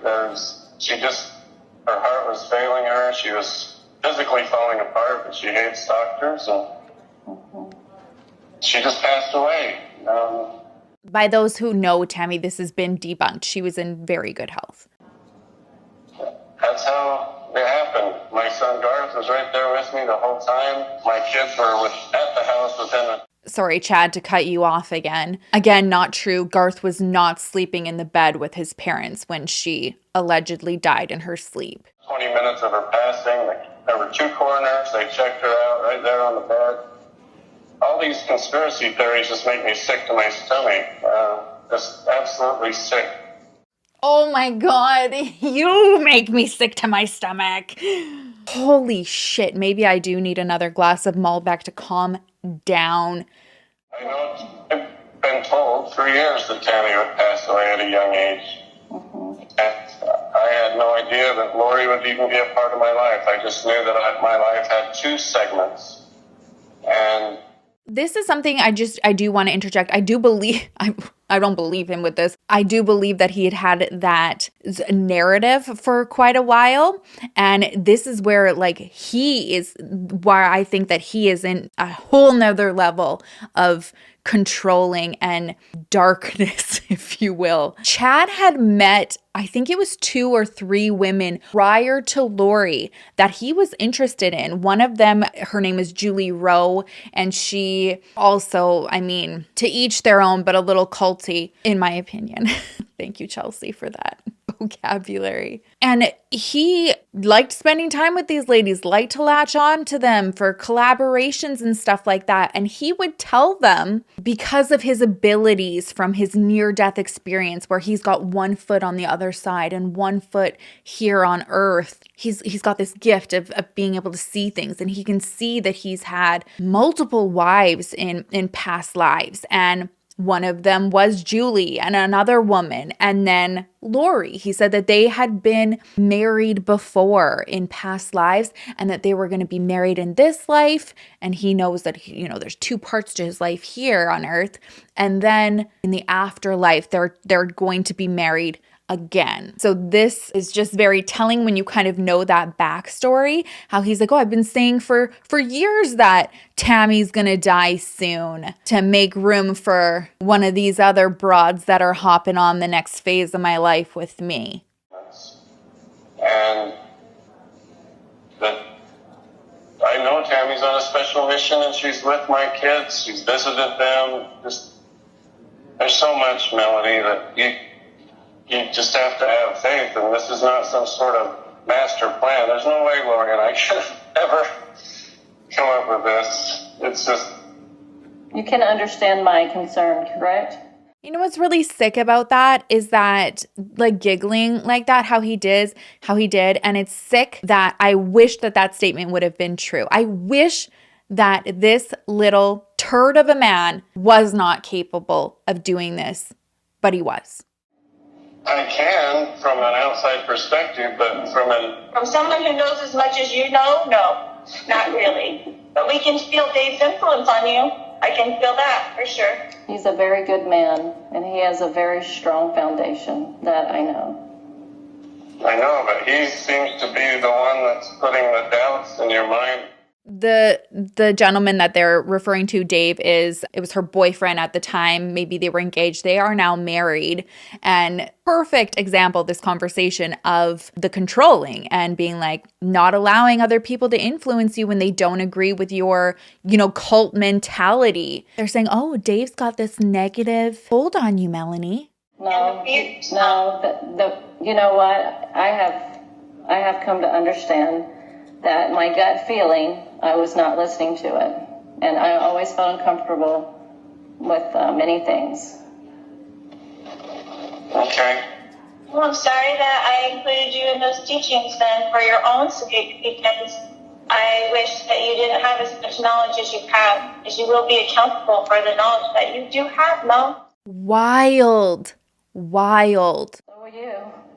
I agree 100%. Yeah. 100%. I have no fear. Yeah. I have no fear of that. But I really, as I was reading the story of Korihor, and it is so very similar to this, you just can't see it. But he did it because he was trying to reclaim a people, and he thought at the very end, because of his carnal and natural desires, that's what influenced him. And he was very deceiving. Carnal natural desires? Well, honey, you got a lot of natural desires. We all know that. That's what you think is me, Korihor? Are you kidding me right now? I think both of you have similarities. It's in the scriptures. It's in the scriptures. And the scriptures are very powerful. Yes, they are. I live by the scriptures, as you know. I know, but we can wrest the scriptures for our own vain glory. I wrested the scriptures? We can do that, and I feel that you have to see our belief systems. Do I wrest the scriptures? Is that what you're accusing me of at this point? I feel that you have. Why do you feel that way? I need an explanation on this. Because if you look, like the scripture just shared, You read the scriptures every single day, you know? I know you read them. I don't doubt that. But this scripture right here says that you will be supported by all against the fiery darts of the adversary. You would have been supported if you had not opened dark portals and dark junk. You would have been safe if you would have obeyed God. He would have had your back. But you have been chased and tortured. Whether you do this or not, I'm sorry? He has your back. So, well, if he has your back, you would not be able to tell me where you are, and we couldn't find JJ. Like, where is he? I've been asking, where is he? And you know what I mean? Like, that's I can tell everybody where JJ is right now, and that would not be good for JJ. So, I'm sorry that you don't want me to protect my children, but I would never ask you to not protect your children. Of course you wouldn't. So I can tell that you're just adversarial, Mel. I love you. I'm sorry that you feel this way. Because I actually do care. I'm sharing what I feel for you because I know your salvation's in trouble for what you've done. If my salvation is not in trouble at all, and I think you should check that with the Lord again. Oh, I felt a lot of things from the Lord, and this doesn't feel right. Well, I'm sorry that you feel that way, sweetheart. I'm sorry that you're friends with all those who are against me. Joseph Smith's friends turned against me. I'm not friends with people that are against you. Apparently you are. I am not. I don't know Kay. I don't know who you're talking about. Your sister, I don't even know what her name or who she is. I don't know any of those people. Why would they contact me anyway? How would I even know about that? Well, you're friends with Dave, and he's apparently, Well, David is a very righteous man, and I've always known that grounding about him. And he has a lot of beautiful experiences with the Lord, and these are not the same. You know, when you get the priesthood, that's Peter, James, and John shows up, and then he confirms all of those in the circle that are to get it, and everybody's a witness of that. Everybody's a witness that the pattern is in the scriptures. There's no witness that you ever receive what you think you received. Nobody has seen that but you. There's no witness. The witness, Joseph Smith, Oliver Calvary, Martin Harris, the 8 witnesses, they all showed up.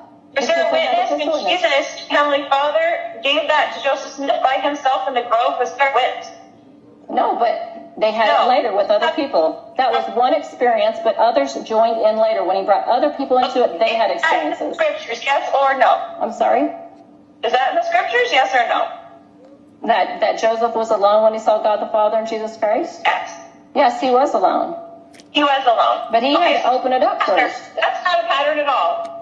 Honey, what I'm saying is that after he saw that. This broad out here, literally, what she's doing now is just real footage of what happens when someone goes from like hyper religious to you're just straight up cult. Saw that and other people joined in, they saw the things with him.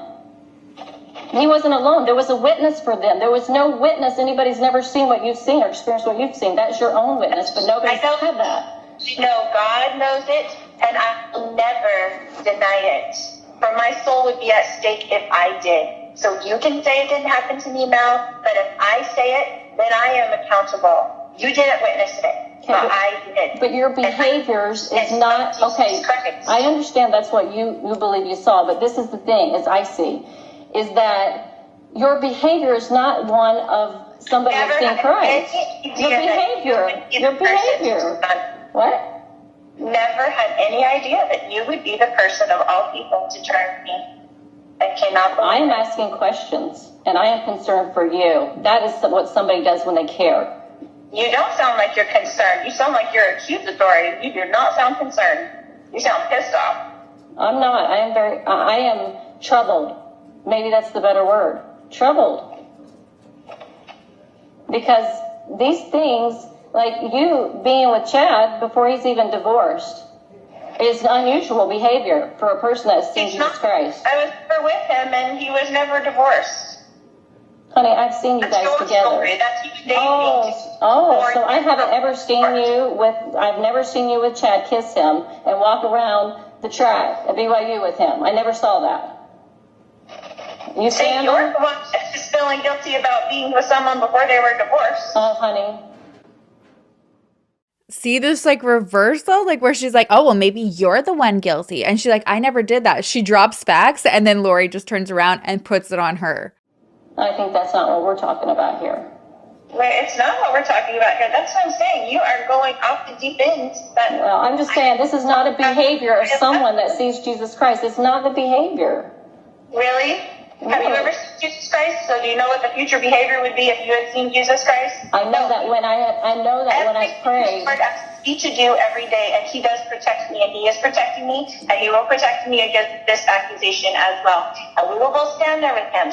And you tell me if I was lying or not. But we're both standing there with Jesus Christ. Okay. And that's just like typical narcissism. I get to say everything that I want to say. You just push me to my breaking point where I have no argument anymore. I'm going to say what I need to say and I'm going to hang up on you. After this recording, Melanie brings it to the detectives and then they're like, okay, this is just like things are sketchier and sketchier. And then it's 3 days later on December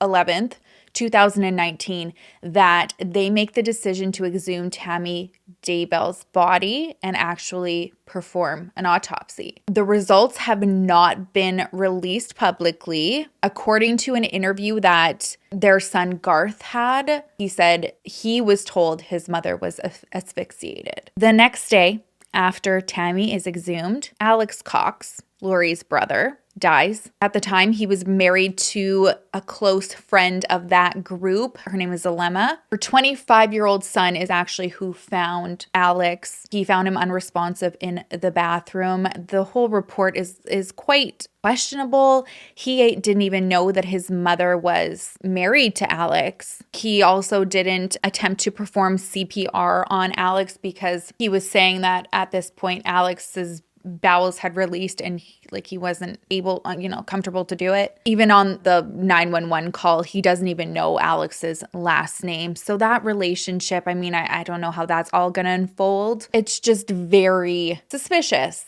that Melanie says on the phone call, Alex told me you don't want to know where JJ is and he won't be found. And then 3 days later, Tammy's exhumed. And the next day after that, Alex dies. At this point, no one has been charged with connection to Alex's death. And there's no reports right now that anybody believes that there was any foul play. When detectives had spoken to Lori, they said to her, okay, if your children are alive and well, you have until January 30th, 2020 to bring them to a station and produce them and just show us that they're safe. That's also very eerie because this is where we started off. This case today was Charles's video, which was on January 30th, that body cam footage of him trying to get assistance from the police for help with Lori. And now this is how we are wrapping up the story where a year later, Lori was told to produce the children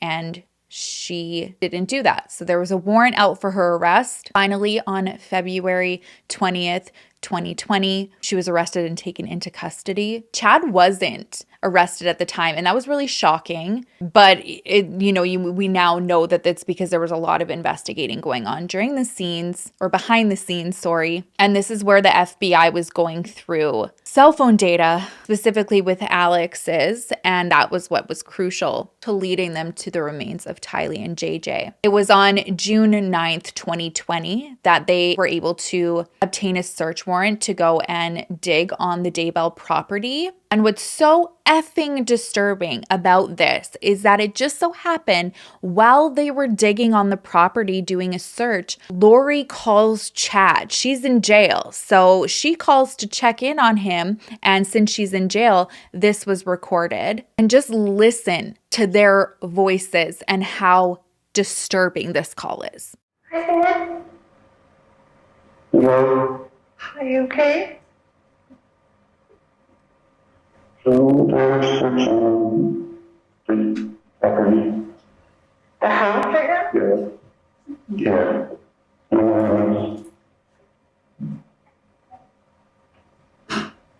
So, Mark will be talking to you. Okay. What, are they in the house? No, they're out on the property. Are they seizing stuff? Again? They're searching. Doesn't his voice make you want to throw up though, for real? Like he's like this wormy little whiny little oh my god. There's a search warrant, and so we're going to get on this with the kids. Like, what are you even saying, Chad? You're just mumbling here like a little whiny little boy. Like, oh, they're going to find what we did. Feeling sorry for himself. Like, I feel so bad for you, Chad. Ugh. Okay.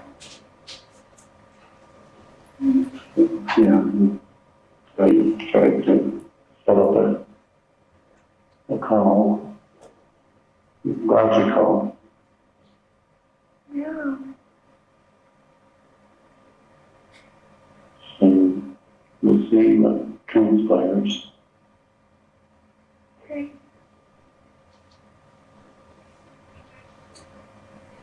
What do you do? Pray. What?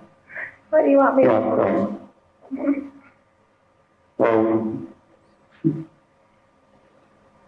Yeah, yeah. Okay. What can I do for you? And this is where you see how deep she is already gone into believing everything that he had spun for her. And this is in no way excusing her at all. But this kind of leads back to where I strongly believe that had she not met Chad Daybell, Charles would still be here. Her children would still be here. I do believe that she thinks that he was like the second coming and she's serving him for her to be like, what can I do for you? Your children are about to be found on this man's property. And she's wanting to know, oh, should I pray for it? Like, what can I do for you? It's sick. I'm feeling pretty calm. I would call Mark, though, maybe. Just talk with him. Have you talked to Marty? I did call him, yes. So he knows what they're doing? Yeah. It's like a call from somebody else I need to talk to you about. I love you so much. Okay, I love you. Should I try to call you later? I don't know. I don't know. I can try, yeah. I'll answer if I can. Okay. I love you, and we'll talk soon. Okay, baby. I love you. Okay. Love you. Goodbye.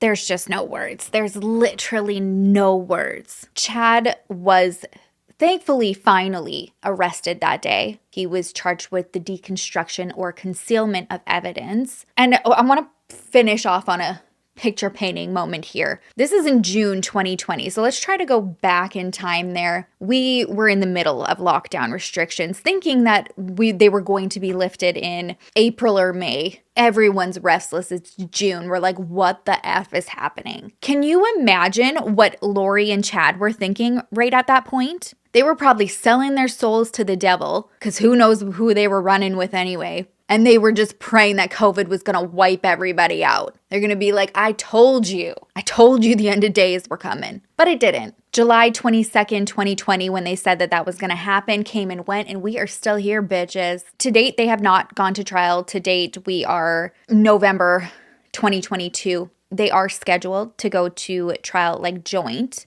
January 2023. So that's coming up. It's been announced that prosecutors are going for the death penalty. So we'll see how that transpires. I feel like no matter where you stand on the death penalty, if there's going to be a case for it, this is it. So I'm going to leave you off on this very already long video. Thank you for staying with me. With my unsolicited, unprofessional, personal, irrelevant opinion on all of this, or what can be taken from this, because I feel like if anything, when we share these stories, there needs to be a lesson. That's the purpose of this. Learn from these mistakes. Let's make sure this does not happen again, that these people did not die in vain. And my advice would be, no matter what you believe in, no matter who you believe in, no matter who you keep in your company, if there is pressure, if there is control, this need and requirement that you need to devote every inch and piece and hour of your day and life into whoever or whatever it is, run. Fucking run. If your stomach flips, you have an inkling that something is not off, listen to it.